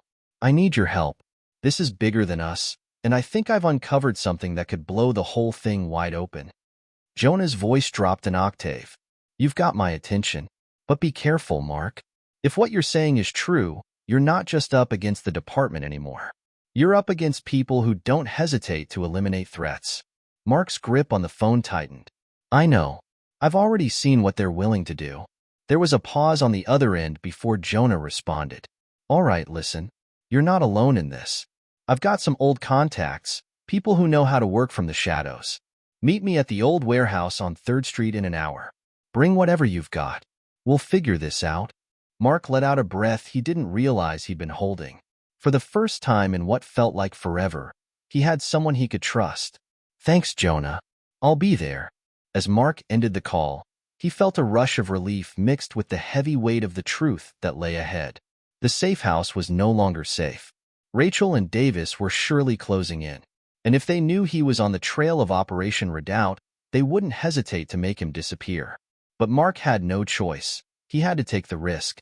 He had to expose them, even if it meant going up against the most dangerous forces in the city. The warehouse was dark when Mark arrived, the familiar silhouette of Jonah waiting near the entrance. He looked the same, grizzled, worn, but with the same fierce glint in his eyes. Mark approached him cautiously, his instincts still on high alert. Jonah took one look at the flash drive Mark handed him and gave a nod. You weren't kidding, huh? His voice was quiet, steady. Mark shook his head. I wish I was. I can't do this on my own. Rachel and Davis, they're in this together. The people behind them, they're untouchable. This isn't just about dirty cops anymore. This is about a network of people controlling everything from the shadows. Jonah turned the flash drive over in his hand, considering. You're right. And if they're involved, they'll stop at nothing to protect themselves. We need to get ahead of them. You can't just confront them in the open. These people don't play by the rules. Mark nodded grimly. I'm not planning on confronting them directly. I want to expose them. To everyone. The city needs to know what they've been hiding. Jonah let out a low whistle. You've got a lot of nerve, Mark. But if you think this is going to end with a happy ending, you're kidding yourself. Mark met his gaze, his resolve hardening. I don't care what happens anymore. They took everything from me. My badge, my reputation, my trust in people. I'm doing this, and if it costs me everything, then so be it. Jonah was silent for a long moment, but when he spoke again, his voice was firm. All right, but we need to be smart. If we're going after them, we need evidence. Hard evidence that can't be swept under the rug. Mark's eyes flicked to the laptop on the table, the screen still open to the files. That's what I was hoping you could help with. We need to decrypt the rest of the files. There's more here, things I didn't have time to go through. And there's one thing I'm sure of. This isn't just about money or power. This is about control. They've been orchestrating everything from the inside out. Jonah nodded, his fingers already tapping away at the laptop's keys. You've got the right idea. We're going to need a few things, but I've got connections in the right places. This ends now. Mark, let's bring these bastards down. Mark felt a surge of hope, but it was fleeting. He knew this wasn't going to be easy. They had a limited window of time before Davis and Rachel realized the game was up. But for the first time in a long time, Mark wasn't just running from the system. He was ready to fight back. Jonah's eyes met Mark's one last time before he turned back to the screen. Let's make sure this is the end of their empire. No more lies, no more games. As the laptop hummed and the files began to decrypt, Mark knew one thing for certain. He wasn't alone anymore. He had a team. And together, they were going to take down the empire that had been built on lies, betrayal, and murder. The hum of the laptop was the only sound in the room as Mark and Jonah worked in silence. Each keystroke brought them closer to the truth, and the tension between them grew thicker with every passing minute. Mark knew time was running out. Davis and Rachel wouldn't stay in the dark for long, and once they realized Mark had the flash drive, they would come for him, no matter the cost. Jonah was already deep into the decryption process. His fingers moved with precision, each command leading them closer to unlocking the final layer of secrets. Mark paced the small room, running through everything he'd uncovered so far. Operation Redoubt, the name still burned in his mind like a scar. It wasn't just a police corruption ring. It was a network of power brokers, criminals, and politicians with their hands in every illegal pie imaginable. Mark stopped pacing and looked out the window, scanning the dark streets. The city was quiet, but he knew it wasn't a peaceful silence. It was the calm before the storm. He had already made too many enemies to count, and now the truth was about to shatter everything. The people who had orchestrated this entire operation were about to be exposed, and Mark was determined to be the one who did it. "How's it going?" Mark asked, turning back toward Jonah, who was hunched over the laptop, typing furiously. Jonah looked up, his face grim. "I've cracked a few of the files, but this is a mess. Whoever set this up knew exactly how to cover their tracks.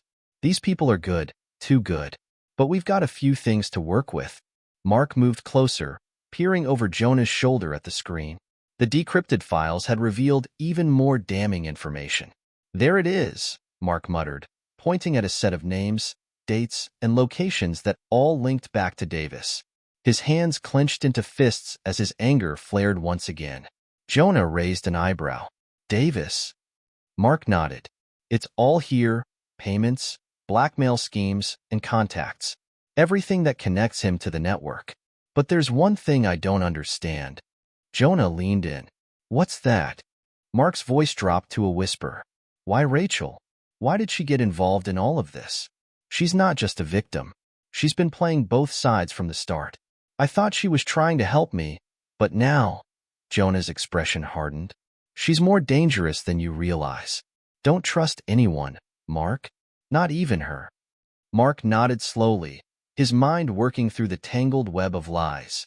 Rachel's betrayal stung deeper than anything. She had been his ally, his partner in this fight, and now she was part of the very system he was trying to destroy. It was hard to wrap his mind around it, but there was no turning back. The truth had to come out. "So what's next?"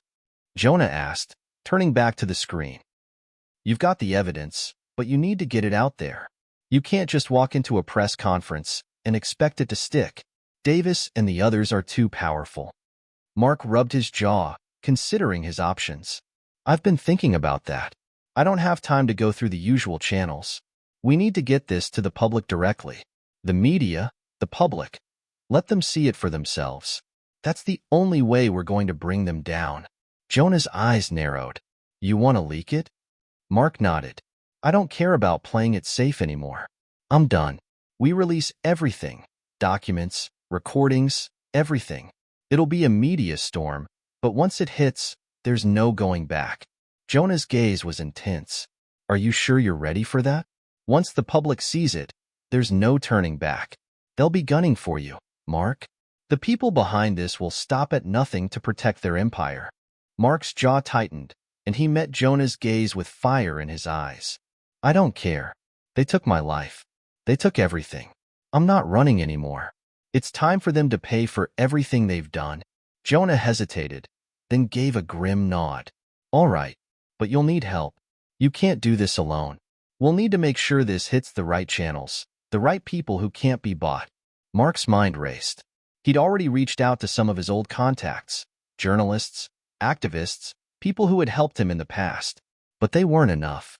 He needed someone bigger, someone with the platform to make sure this wasn't just another forgotten conspiracy. I've got an idea, Mark said suddenly. There's one journalist who's been digging into the city's corruption for years. She's been fighting the system, just like I have. If we can get this information to her, she'll be able to make sure it's seen by the world. Jonah raised an eyebrow. You sure about this? You don't even know where she stands on the whole situation. Mark's eyes narrowed. Her name's Evelyn Hayes. She's been digging into Davis's empire for months now. She's the one who uncovered the first pieces of the story, and if anyone can expose them, it's her. Jonah didn't respond immediately. He just stared at Mark for a long moment, weighing the risk. Finally, he exhaled sharply. You're putting everything on the line, Mark. If you're wrong, this could blow up in your face. Mark didn't flinch. I've already lost everything. If I don't do this, they win. We can't let them get away with it. Jonah finally gave a small, resigned nod. All right, we'll go through Evelyn. But once this goes public, there's no going back. Mark's heart raced as he thought about the next steps. The stakes were higher than ever. He had the evidence, he had the contacts, and now he had a plan. All that was left was to execute it. Let's do this, Mark said, determination burning in his eyes. Jonah grabbed his phone and started typing furiously, sending encrypted messages. I'll reach out to her. You get ready. Once we send this out, we're on a clock. We've got to move fast. Mark nodded and grabbed his coat, slipping the flash drive into his pocket. His mind raced with 100 thoughts, but one thing was clear. This was his last chance. This was his reckoning. He wasn't just fighting for justice anymore. He was fighting for his soul. The door creaked open, and as Mark stepped into the cold night air, he knew that everything had led to this moment. There was no turning back. Time to bring them down. The air felt different that night. Thicker, as if the city itself was holding its breath, waiting for something to give. Mark could feel the tension gnawing at him with every step he took toward Evelyn Hayes' office. He knew time was running out, and every minute that passed was another step closer to being discovered. Jonah was already ahead of him, arranging the final details of their plan. Mark's pulse raced as they approached the building, an old brick structure tucked away on the outskirts of the city's downtown. The lights were dim, but the moment they stepped inside, a woman with a fierce expression greeted them from behind a cluttered desk. "V, you're late," Evelyn said, her voice low and steady. She didn't stand up, but her eyes, sharp and calculating, never left them. Her reputation as one of the most relentless investigative journalists in the city was well-earned. Mark had followed her work for years. Her fearless pursuit of the truth was legendary. If anyone could help them take down Davis and the corrupt empire, it was Evelyn. "We didn't have much time," Mark replied, his voice tight with urgency. "You're going to want to see what we've got." Evelyn leaned forward, her fingers already tapping on the desk as she motioned for them to come closer. "I've been following the breadcrumbs for months. You think you've got something that will put an end to this, don't you?" Jonah handed her the flash drive without another word. "Everything you need is on there." Evelyn slid it into her laptop without hesitation. The screen flickered to life, and as the files began to load, Mark could practically hear his heart pounding in his ears. He felt the weight of the moment. This was it. This was the point of no return. The first file that opened was a list of names, dates, and shady financial transactions. But what caught Evelyn's attention were the last few entries. "Operation Redoubt," she read aloud. Her voice was low, almost a whisper, as she read through the rest. "This is it, isn't it? This is the big one. The connection between Davis and all the others." Mark nodded. "It's all here. Everything. The money laundering, the trafficking, the deals with foreign operatives. It all traces back to him. And Rachel, she's at the heart of it." Evelyn's eyes narrowed. "I knew something was off about her. I've been tracking her movements for a while, but I couldn't get enough to connect her to the bigger picture." "You're saying she's not just in it," She's driving it. Jonah stepped forward, his voice urgent. Rachel's been playing both sides. She's been feeding Davis information while making you think she was on your side. She's a key player in this. Evelyn shook her head slowly. Unbelievable. I should have known. She's always been too close to the action. But if Davis is behind this, if he's been pulling the strings all this time, there's a bigger story here than I thought. Mark felt the weight of her words. The thing that had haunted him the most, the thing that twisted his gut, was how close Rachel had been. She had been his friend, his partner. And now, the truth was clear. She had betrayed him, and not just him, but the entire city. Evelyn sat back, her expression darkening as she scrolled through the files. You realize what this means, right? Once this goes public, there's no going back. Davis will have you both hunted down. He'll send everything he has after you. Rachel, she'll be no different. She's as dangerous as he is now. Jonah gritted his teeth. We know, but we're ready for whatever comes next. It's time this ended. Mark's heart pounded in his chest. He knew Evelyn was right. The moment they released this information, their lives would be turned upside down.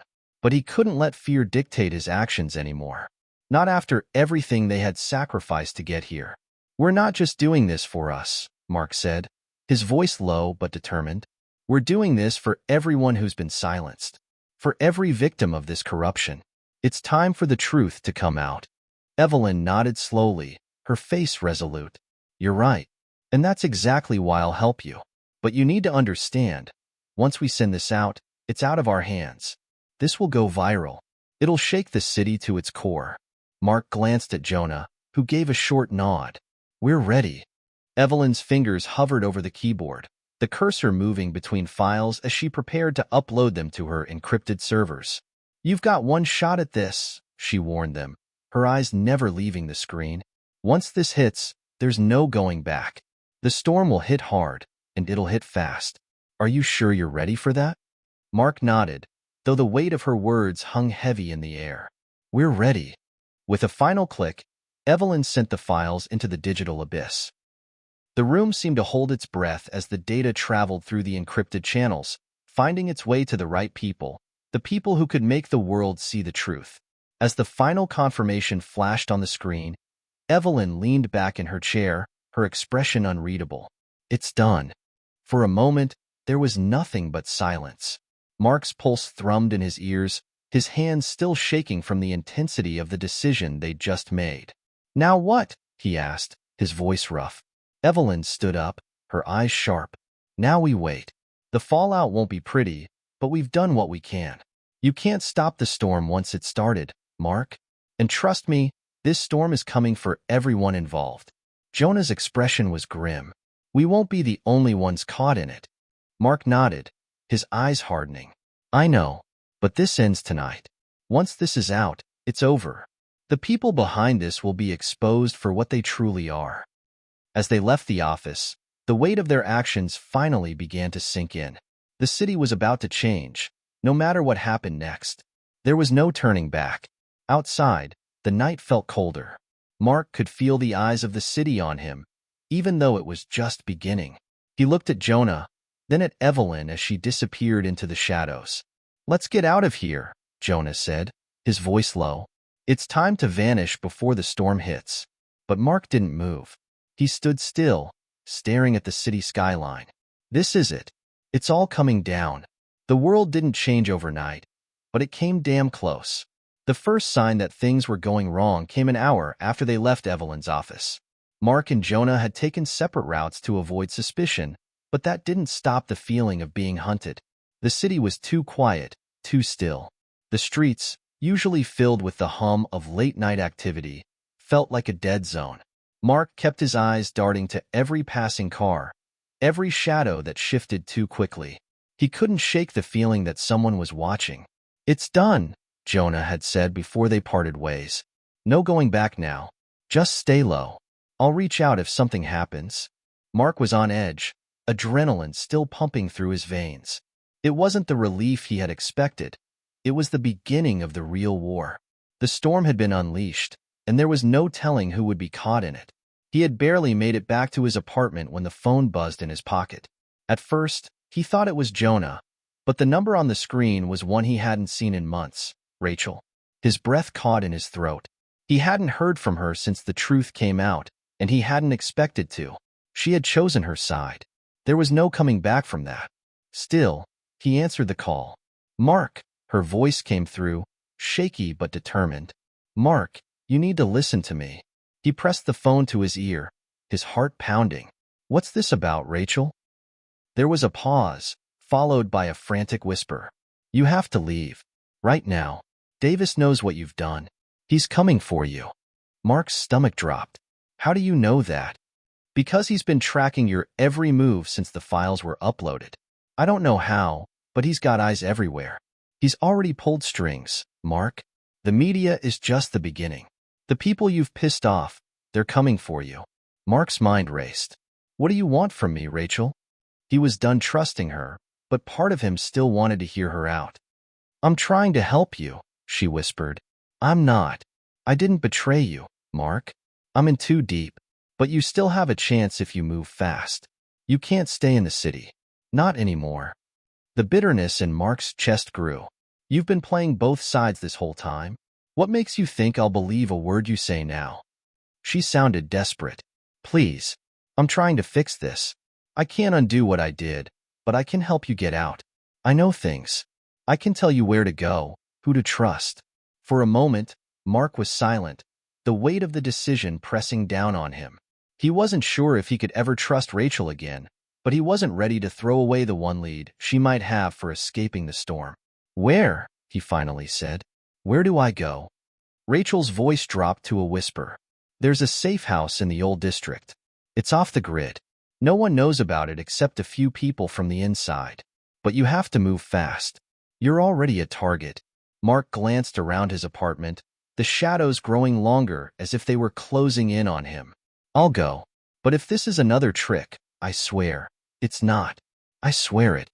The desperation in her voice was genuine, and for a moment, Mark almost believed her. Before he could respond, she cut the call abruptly, leaving nothing but the buzzing silence in his ear. His heart was racing, his mind still processing the conversation. He had no choice. The storm was already descending. He couldn't stay in the city. Not now. By morning, everything had exploded. News outlets were running constant coverage of the leak, the scandal, the details of Operation Redoubt, and the corruption tied to the city's police department. Every news channel, every social media platform was abuzz with the details of Davis's ties to organized crime, the trafficking, the illegal deals, and worst of all, the cold, calculated manipulation of public officials. But what struck Mark the hardest were the names. His name was everywhere. Police officer Mark Turner, convicted of a crime he didn't commit, now at the center of the biggest police corruption scandal the city has ever seen. They had painted him as the hero who had uncovered the truth, but at the same time, the press had no hesitation in linking him to every shady deal, every underhanded connection, and every other cop who had been involved. They didn't know the half of it, but it wasn't just the media that Mark had to worry about. As the hours passed, Mark noticed the change. The streets felt different. The city had become a war zone, a battlefield between the truth and those who wanted to suppress it. People were marching, protesting, demanding justice. But beneath the chaos, there was something darker at play. The police were out in full force. The orders were clear. Protect the city's top brass by any means necessary. And anyone who stood in their way was a target. Mark's phone buzzed again. This time, it was a message from Jonah. It started. They're coming for you. Stay hidden. Don't trust anyone. The weight of those words hit Mark harder than anything. He wasn't just fighting for his own freedom anymore. He was up against a system that would stop at nothing to preserve its power.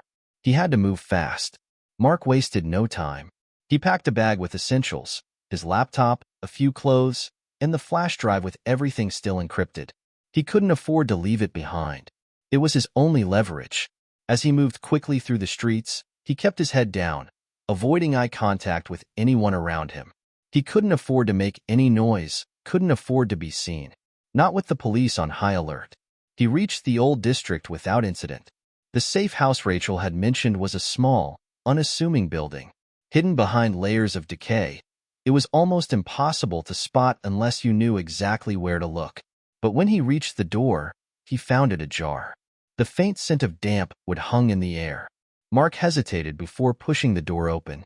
Inside, the room was empty, except for a note. It was folded in half and slipped under the doorframe. "They know. Run." Mark's breath caught in his throat. His mind raced.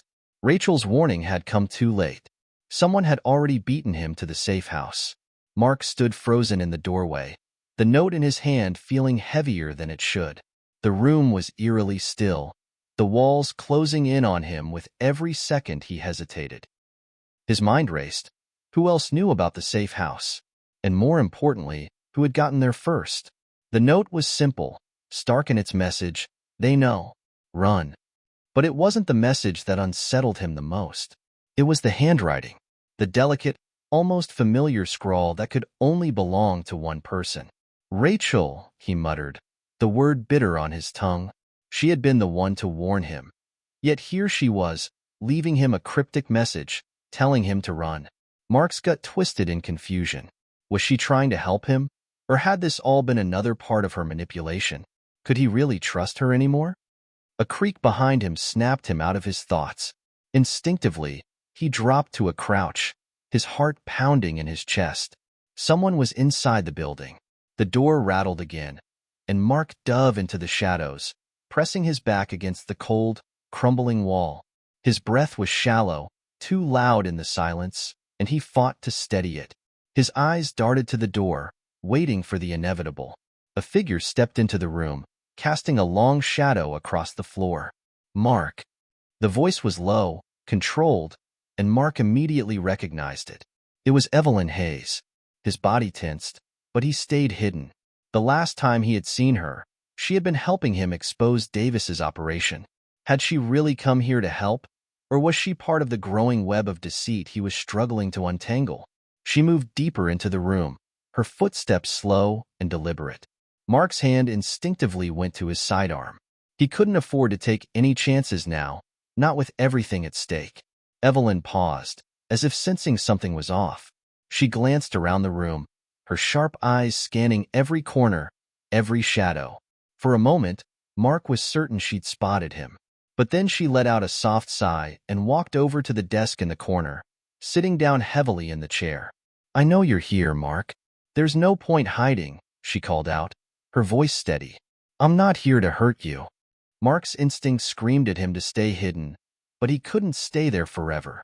If Evelyn was who she said she was, then she was their only chance at bringing Davis down. Slowly, he stood and stepped out of the shadows. Evelyn didn't flinch. She just watched him, her face unreadable. "You really thought you could outrun this?" Mark didn't answer. Instead, he took a few cautious steps forward, his eyes never leaving hers. "What's this about, Evelyn? Who sent you here?" Her expression remained unchanged. "You're running out of time, Mark. The people you're up against are more powerful than you realize. They're not going to stop just because you exposed a few ugly truths." She leaned forward, her gaze intense. "And I'm not here to be your savior. I'm here because I want to finish what we started. But if you want to survive, you need to trust me. And right now, I'm your only shot." Mark's mind spun. This was exactly what he had feared, a betrayal in plain sight. "So, what? You want me to work with you now? After everything?" His voice rose, laced with anger. "You think I'm just going to trust you?" Evelyn didn't flinch. "Trust me or not, the choice is yours. But I'm the only one who can get you out of this mess. And you can either keep running and get caught, or you can fight back. But you need to act fast." Mark was silent for a long moment. Evelyn was right. If he kept running, he would only get cornered. He had to make a choice, and it wasn't going to be easy. He had to trust someone, even if it meant risking everything. Finally, he nodded, his voice quiet but determined. "Fine, I'll work with you. But if you're lying to me, if you've been playing me this whole time, I swear." Evelyn raised a hand, cutting him off. "I'm not playing you, Mark, and you don't have time for threats." Before Mark could respond, there was a loud crash from the front of the building. Both of them turned toward the noise, hearts racing. Someone was coming. Evelyn cursed under her breath. "We don't have time to talk. We need to go. Now. She was already moving toward the back exit, and Mark followed her without hesitation. As they rushed through the narrow hallways of the old building, the sound of heavy footsteps grew louder, getting closer. Whoever was after them wasn't far behind. They burst through the back door into an alleyway, the cool night air hitting Mark's face like a slap. Evelyn grabbed his arm, pulling him down the alley at a run. "This way," she said, breathless. "Follow me. Stay close." They darted through the maze of back streets, the city's skyline rising in the distance. Mark's mind was racing. This wasn't just about evading the cops anymore. Someone powerful, someone dangerous, was after him, and he couldn't afford to be caught. As they turned a corner, Mark looked over at Evelyn, his thoughts racing. He had to know the truth. He couldn't keep running without answers. Who's behind this, Evelyn? Who's really pulling the strings? His voice was harsh, desperate. Evelyn glanced over at him, her eyes cold. It's not just Davis. He's only one part of it. There are people much higher up, people who will do anything to keep their secrets buried. I'm talking about the people who control this city from the shadows. Mark felt a cold shiver run down his spine. You're talking about the elite, the ones who control everything, the ones who think they're untouchable. Evelyn's expression darkened. Exactly. And they won't stop until they make sure you're gone. They ran in silence for a while, but Mark couldn't shake the feeling that this was far from over. Every step they took felt like a step deeper into a world of darkness. And the deeper they went, the more the line between friend and foe blurred. As they rounded another corner, Mark caught a glimpse of something in the shadows. A car, parked in an alley with tinted windows. Someone was inside. His heart skipped a beat. "Get down!" he hissed, grabbing Evelyn and pulling her into a doorway.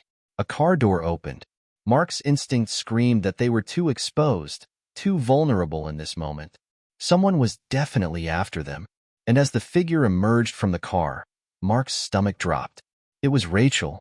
The world seemed to freeze in that moment. Mark's heart raced as he stared at Rachel, standing just a few feet away, her face barely illuminated by the dim light of the alley. The tension in the air was thick, and every instinct Mark had told him to run, to keep moving, but his feet wouldn't move. His mind was too busy processing the sight of her, the woman who had once been the closest thing to a confidant, a partner in this war against the system. "Rachel," Mark said, his voice low but steady. "What the hell are you doing here?" Her eyes flicked to Evelyn, who was standing just behind Mark, clearly not as surprised by the encounter as he was. "I could ask you the same thing," Rachel said, her voice cold but not hostile. "I didn't think I'd find you here, not after everything that's happened." Evelyn crossed her arms, her posture defensive. "You've got a lot of nerve, Rachel. After everything, you still think you have the right to walk in here like nothing happened."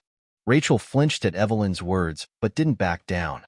Instead, she took a small step forward, looking directly at Mark. "Listen to me, Mark. Everything I did it because I had no choice. I was trying to protect you." Mark shook his head in disbelief. "Protect me? You betrayed me. You were part of the system the whole time. You lied to me, Rachel." His anger flared. But there was something else too, hurt. How could you do that? How could you play both sides? Rachel's eyes softened for a moment. "I never wanted to hurt you. I thought I could fix things from the inside. I was wrong." She glanced down, then back at him. "I made a mistake. A big one. But I'm not your enemy, Mark. Not anymore." Mark studied her, trying to read the sincerity in her eyes. His gut told him that things were never as simple as they seemed. "So now you're here to help me?" Rachel nodded, her face hardening with resolve. "Yes. I've been working behind the scenes, trying to gather intel. The people who are after you aren't just cops or politicians. They're part of a larger, more dangerous network. And they won't stop until they silence everyone who knows the truth." Evelyn scoffed. "And you think we're just supposed to trust you after everything? After all the lies?" Mark held up a hand, silencing Evelyn. He couldn't afford to let this escalate. "What do you know, Rachel? Who are they? Who's really behind this?" Rachel's face tightened, but she spoke quickly, her voice urgent. "It's not just Davis. Davis is just the pawn. The real players are higher up, corporate executives, politicians, International syndicates. They've been laundering money, pulling strings for years. The leaks, the corruption. It's all part of a much bigger game. Mark felt the weight of her words settle in his chest. It was worse than he had imagined. Davis, the corrupt officers, the trafficking. They were just the tip of the iceberg. So what's the plan? He asked, his mind already racing with possibilities. Rachel took a deep breath. We need to hit them where it hurts. We have the proof, Mark. The files, the recordings. If we can get them to the right people, people who aren't already bought off, we can expose everything. Evelyn stepped forward. And you think we can trust anyone outside of this mess? You know as well as I do that they own the media, the government, everything. It's not that simple. Rachel's gaze hardened. It's never simple. But there's one person who can help us. Someone who's been working with us in secret. Someone who has the power to expose all of them. Mark frowned. Who? Rachel hesitated before speaking again, her voice barely a whisper. Senator Kate Hammond. The name hit Mark like a ton of bricks. He knew Kate Hammond. She had been a rising star in local politics, an outspoken advocate for reform. But her career had seemed to stall recently. Rumors had circulated about her possible connections to the same people Mark and Evelyn were trying to take down. Could Rachel be telling the truth? Evelyn's jaw tightened. Kate Hammond?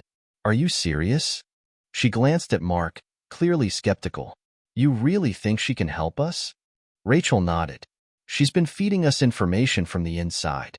She's trying to expose them too, but she's been walking a fine line. If we can get her the final pieces, we can break this wide open. Mark thought for a moment, weighing his options. This was the break he needed, the chance to fight back. But trusting Rachel again, especially after everything, was a risk. It was a gamble. But without a better option, what choice did he have? How do we contact her? He asked, his voice steady but cautious. Rachel reached into her pocket and pulled out a small, encrypted phone. I've been in contact with her through this. She's waiting for us to make a move. Before Mark could respond, a distant sound caught his attention, the unmistakable sound of sirens. They were getting closer. We don't have much time, he said urgently. Evelyn grabbed his arm. Let's go. We don't have time to debate this. We need to move. They ran again, weaving through the alleyways, keeping low as the sirens drew closer.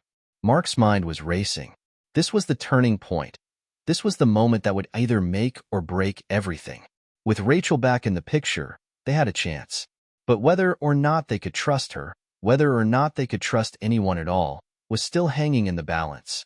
As they approached a quiet street corner, Rachel pulled out the encrypted phone. I'm going to call her. Stay close, she said, her voice tight with tension. Mark and Evelyn stayed close as Rachel dialed, holding their breath as the phone rang. The call clicked. This is Senator Hammond. Her voice was calm but carried an undeniable weight. Senator, it's Rachel. We've got the information you need. We're coming to you. Her tone was urgent but confident. There was a pause on the other end, and Mark could hear the faint sounds of movement, like Kate was walking through a crowded space. I've been waiting for this call. I've made arrangements. Get here quickly. We can't afford any delays. Rachel nodded, though Mark could see the unease in her eyes. We're on our way. We'll be there in 20. As she hung up, she looked up at Mark and Evelyn. She's ready. We can finish this. But there's no going back now. Mark felt his heart skip a beat. Then let's do it. Let's end this. The streets were empty as they made their way through the shadowed alleyways, their footsteps echoing off the walls like a constant reminder of the danger closing in around them. Mark's mind raced. This was the moment he had been waiting for, but the uncertainty still gnawed at him. Every step felt heavier, as if the world itself was holding its breath, waiting to see what would happen next. We're almost there, Rachel said, her voice tight with urgency. Stay sharp. Mark nodded, his hand resting on the grip of his weapon. He didn't want to use it, but he had learned long ago that it was better to be prepared. Are we sure about this?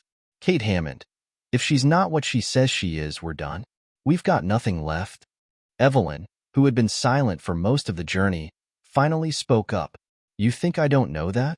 But right now, we don't have a choice. We can either take a shot with her, or we run for the rest of our lives. hoping someone will eventually care enough to listen. Mark clenched his jaw, the reality of their situation sinking in. I hate it, but you're right. The plan was simple. Meet Kate Hammond, give her the proof they had gathered, and expose the corruption that had infiltrated every corner of the city.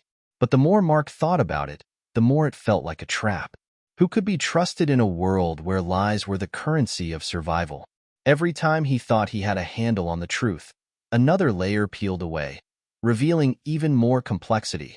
As they approached a run-down building on the edge of the city, Rachel held up a hand, signaling them to stop.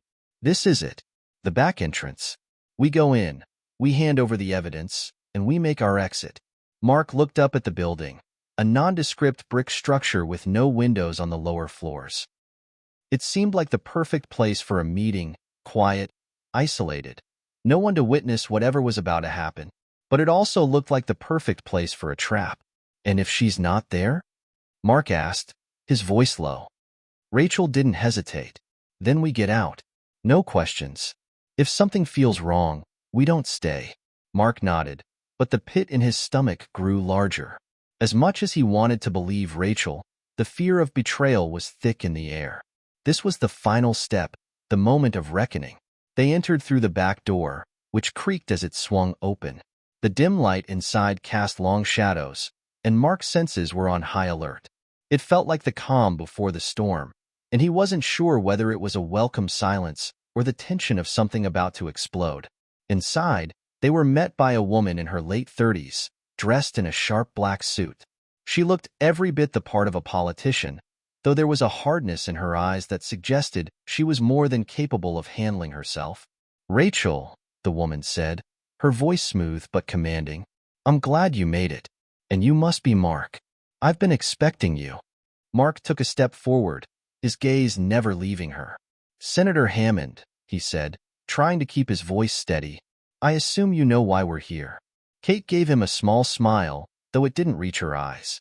I do. And I also know the risks you've taken to get this far. You've got evidence that could bring everything down. Everything you've been fighting for, everything you've lost. Evelyn, standing off to the side, eyed the senator warily. What do you want from us, Senator? We're risking our lives here. If this is some kind of game, Kate raised a hand to cut her off. I'm not playing games, Evelyn, but I can't do this alone. The people we're up against are deeply embedded. If we're going to take them down, it's going to take more than just one person, more than just one group of brave souls. We need support, and that means I have to make certain you're who you say you are. Mark's stomach twisted. So, what's the next step? He asked, keeping his tone even. We hand over the files, and you expose them? Kate's gaze hardened. Not exactly. We need to get the right people in position first. I can't just release the information to the media. It's too dangerous. There are people watching, waiting for any slip-up. If we act too quickly, we risk being exposed before we can make the right move. Mark felt his patience snap. So we wait? After everything, after all the risks we've taken, you're telling me we're not ready to move yet? Evelyn stepped in, her voice sharp. If this is some kind of delay tactic, Kate held up both hands. No, I'm not here to waste your time. But you need to understand that we're not just dealing with corrupt cops or businessmen. We're up against people who have connections, influence, people who have the ability to erase anyone who gets in their way. Mark took a deep breath, trying to calm himself. So what do we do now? Kate looked between them, her eyes calculating. I need to get these files to the right people, people who can guarantee the protection of everyone involved. But that means we can't just storm the gates. We need to play this carefully, move in silence. That's the only way we're going to win. For a moment, no one spoke. The silence between them felt suffocating, each person processing the weight of what they were about to do. Do you trust me? Kate asked, her voice low. Mark's eyes narrowed. I want to, but trust doesn't come easy anymore. Evelyn shifted, stepping closer to Mark. We don't have a lot of options, Mark. If we wait too long, everything we've fought for could disappear. People are already on our trail. We can't afford to stall. Rachel, who had been quiet until now, nodded. She's right. But if we move too fast, we might end up playing into their hands. I've been working with her for a while. She's the only one who can help us now. If we push her too hard, we risk losing everything. Mark looked at Rachel, then at Kate. I'll trust you for now. But if we don't move, if we don't expose them soon, everything we've done is for nothing. Kate met his gaze, unblinking. I know, and I'll make sure it's done. But we need to keep our heads, stay calm. One wrong move, and we lose. As the tension in the room thickened, Mark felt the weight of their mission heavier than ever. This was the final stand. One wrong move, and everything could come crashing down. But the stakes were clear. If they failed now, the truth would be buried forever. It was now or never. The room felt smaller with each passing minute. The dim light cast long shadows across the walls, and Mark's mind raced as he paced back and forth. Time was slipping through their fingers like sand, and the weight of their choices pressed on him harder than ever before. If they moved too fast, they could end up walking right into a trap. If they moved too slow, they might miss their shot at bringing the corrupt system to its knees. We're running out of time, Mark said, his voice sharp. If we don't make our move soon, it'll be over. We've already put everything on the line. Kate Hammond, standing at the far end of the room, remained calm, but the tension in her posture was palpable. She glanced down at the files Mark had handed her, then back up at him. I know. We're working as fast as we can. But you have to understand, if we make a mistake now, it's all over. We'll be exposed, and everything we've done will be for nothing. Evelyn, leaning against the wall, crossed her arms. You've been saying that for hours, Kate.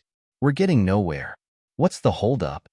Kate turned to face her, a flash of irritation crossing her face before she masked it with a smile.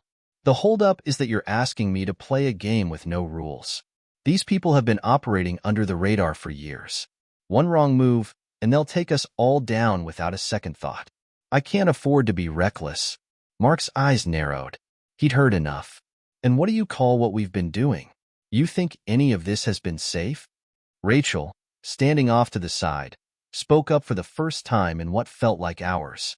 I agree, but we have no more time to waste. We either trust Kate and make this work, or we walk away and risk losing everything. You've got to decide, Mark. Right now. Mark stopped pacing and turned to face her, the weight of the decision pressing on his chest. There were so many variables, so many unknowns. But one thing was certain, they had come too far to back down now. Fine, he said, his voice steady, but I'm not waiting around while we get played. Kate nodded slowly. I understand. Here's what we're going to do. I've arranged for a secure location to get these files into the right hands.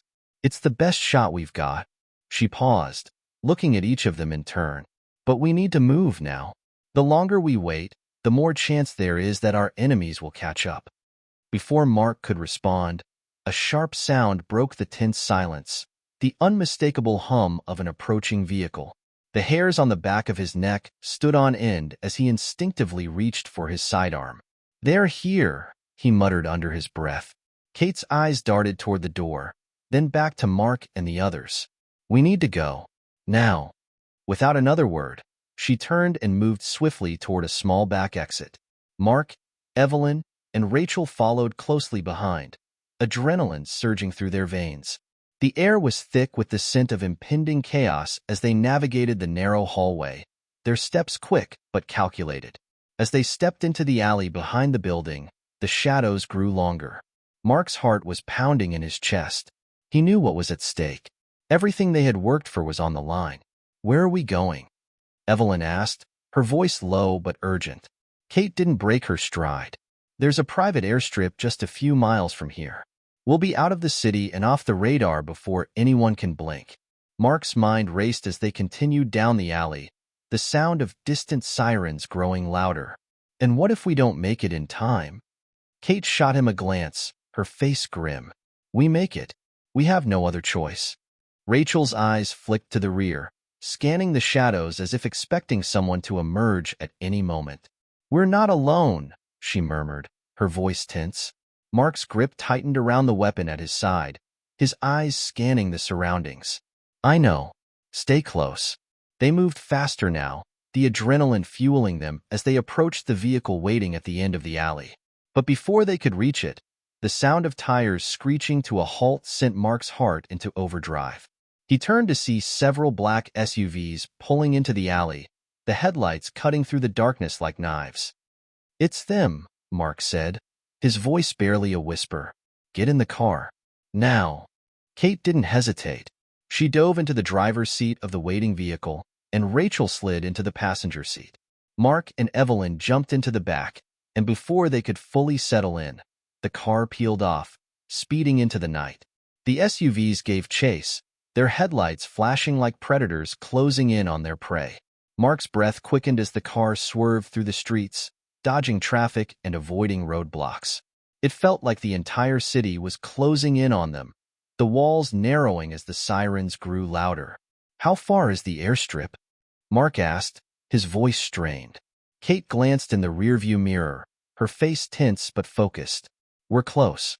Just hold on." But as they rounded a corner, a sharp pain exploded in Mark's side. He gasped as the impact of a bullet struck the car, the window beside him shattering. The sound of gunfire rang in the air, and the vehicle swerved dangerously before Kate regained control. "Get down," Kate shouted, slamming her foot on the accelerator. Evelyn leaned over, grabbing Mark's arm. "Are you okay?" she asked, her voice frantic. Mark gritted his teeth, the pain throbbing in his side. "I'm fine. Just drive." The airstrip was just ahead. Mark could see the blinking lights in the distance, the runway stretching out before them like a lifeline.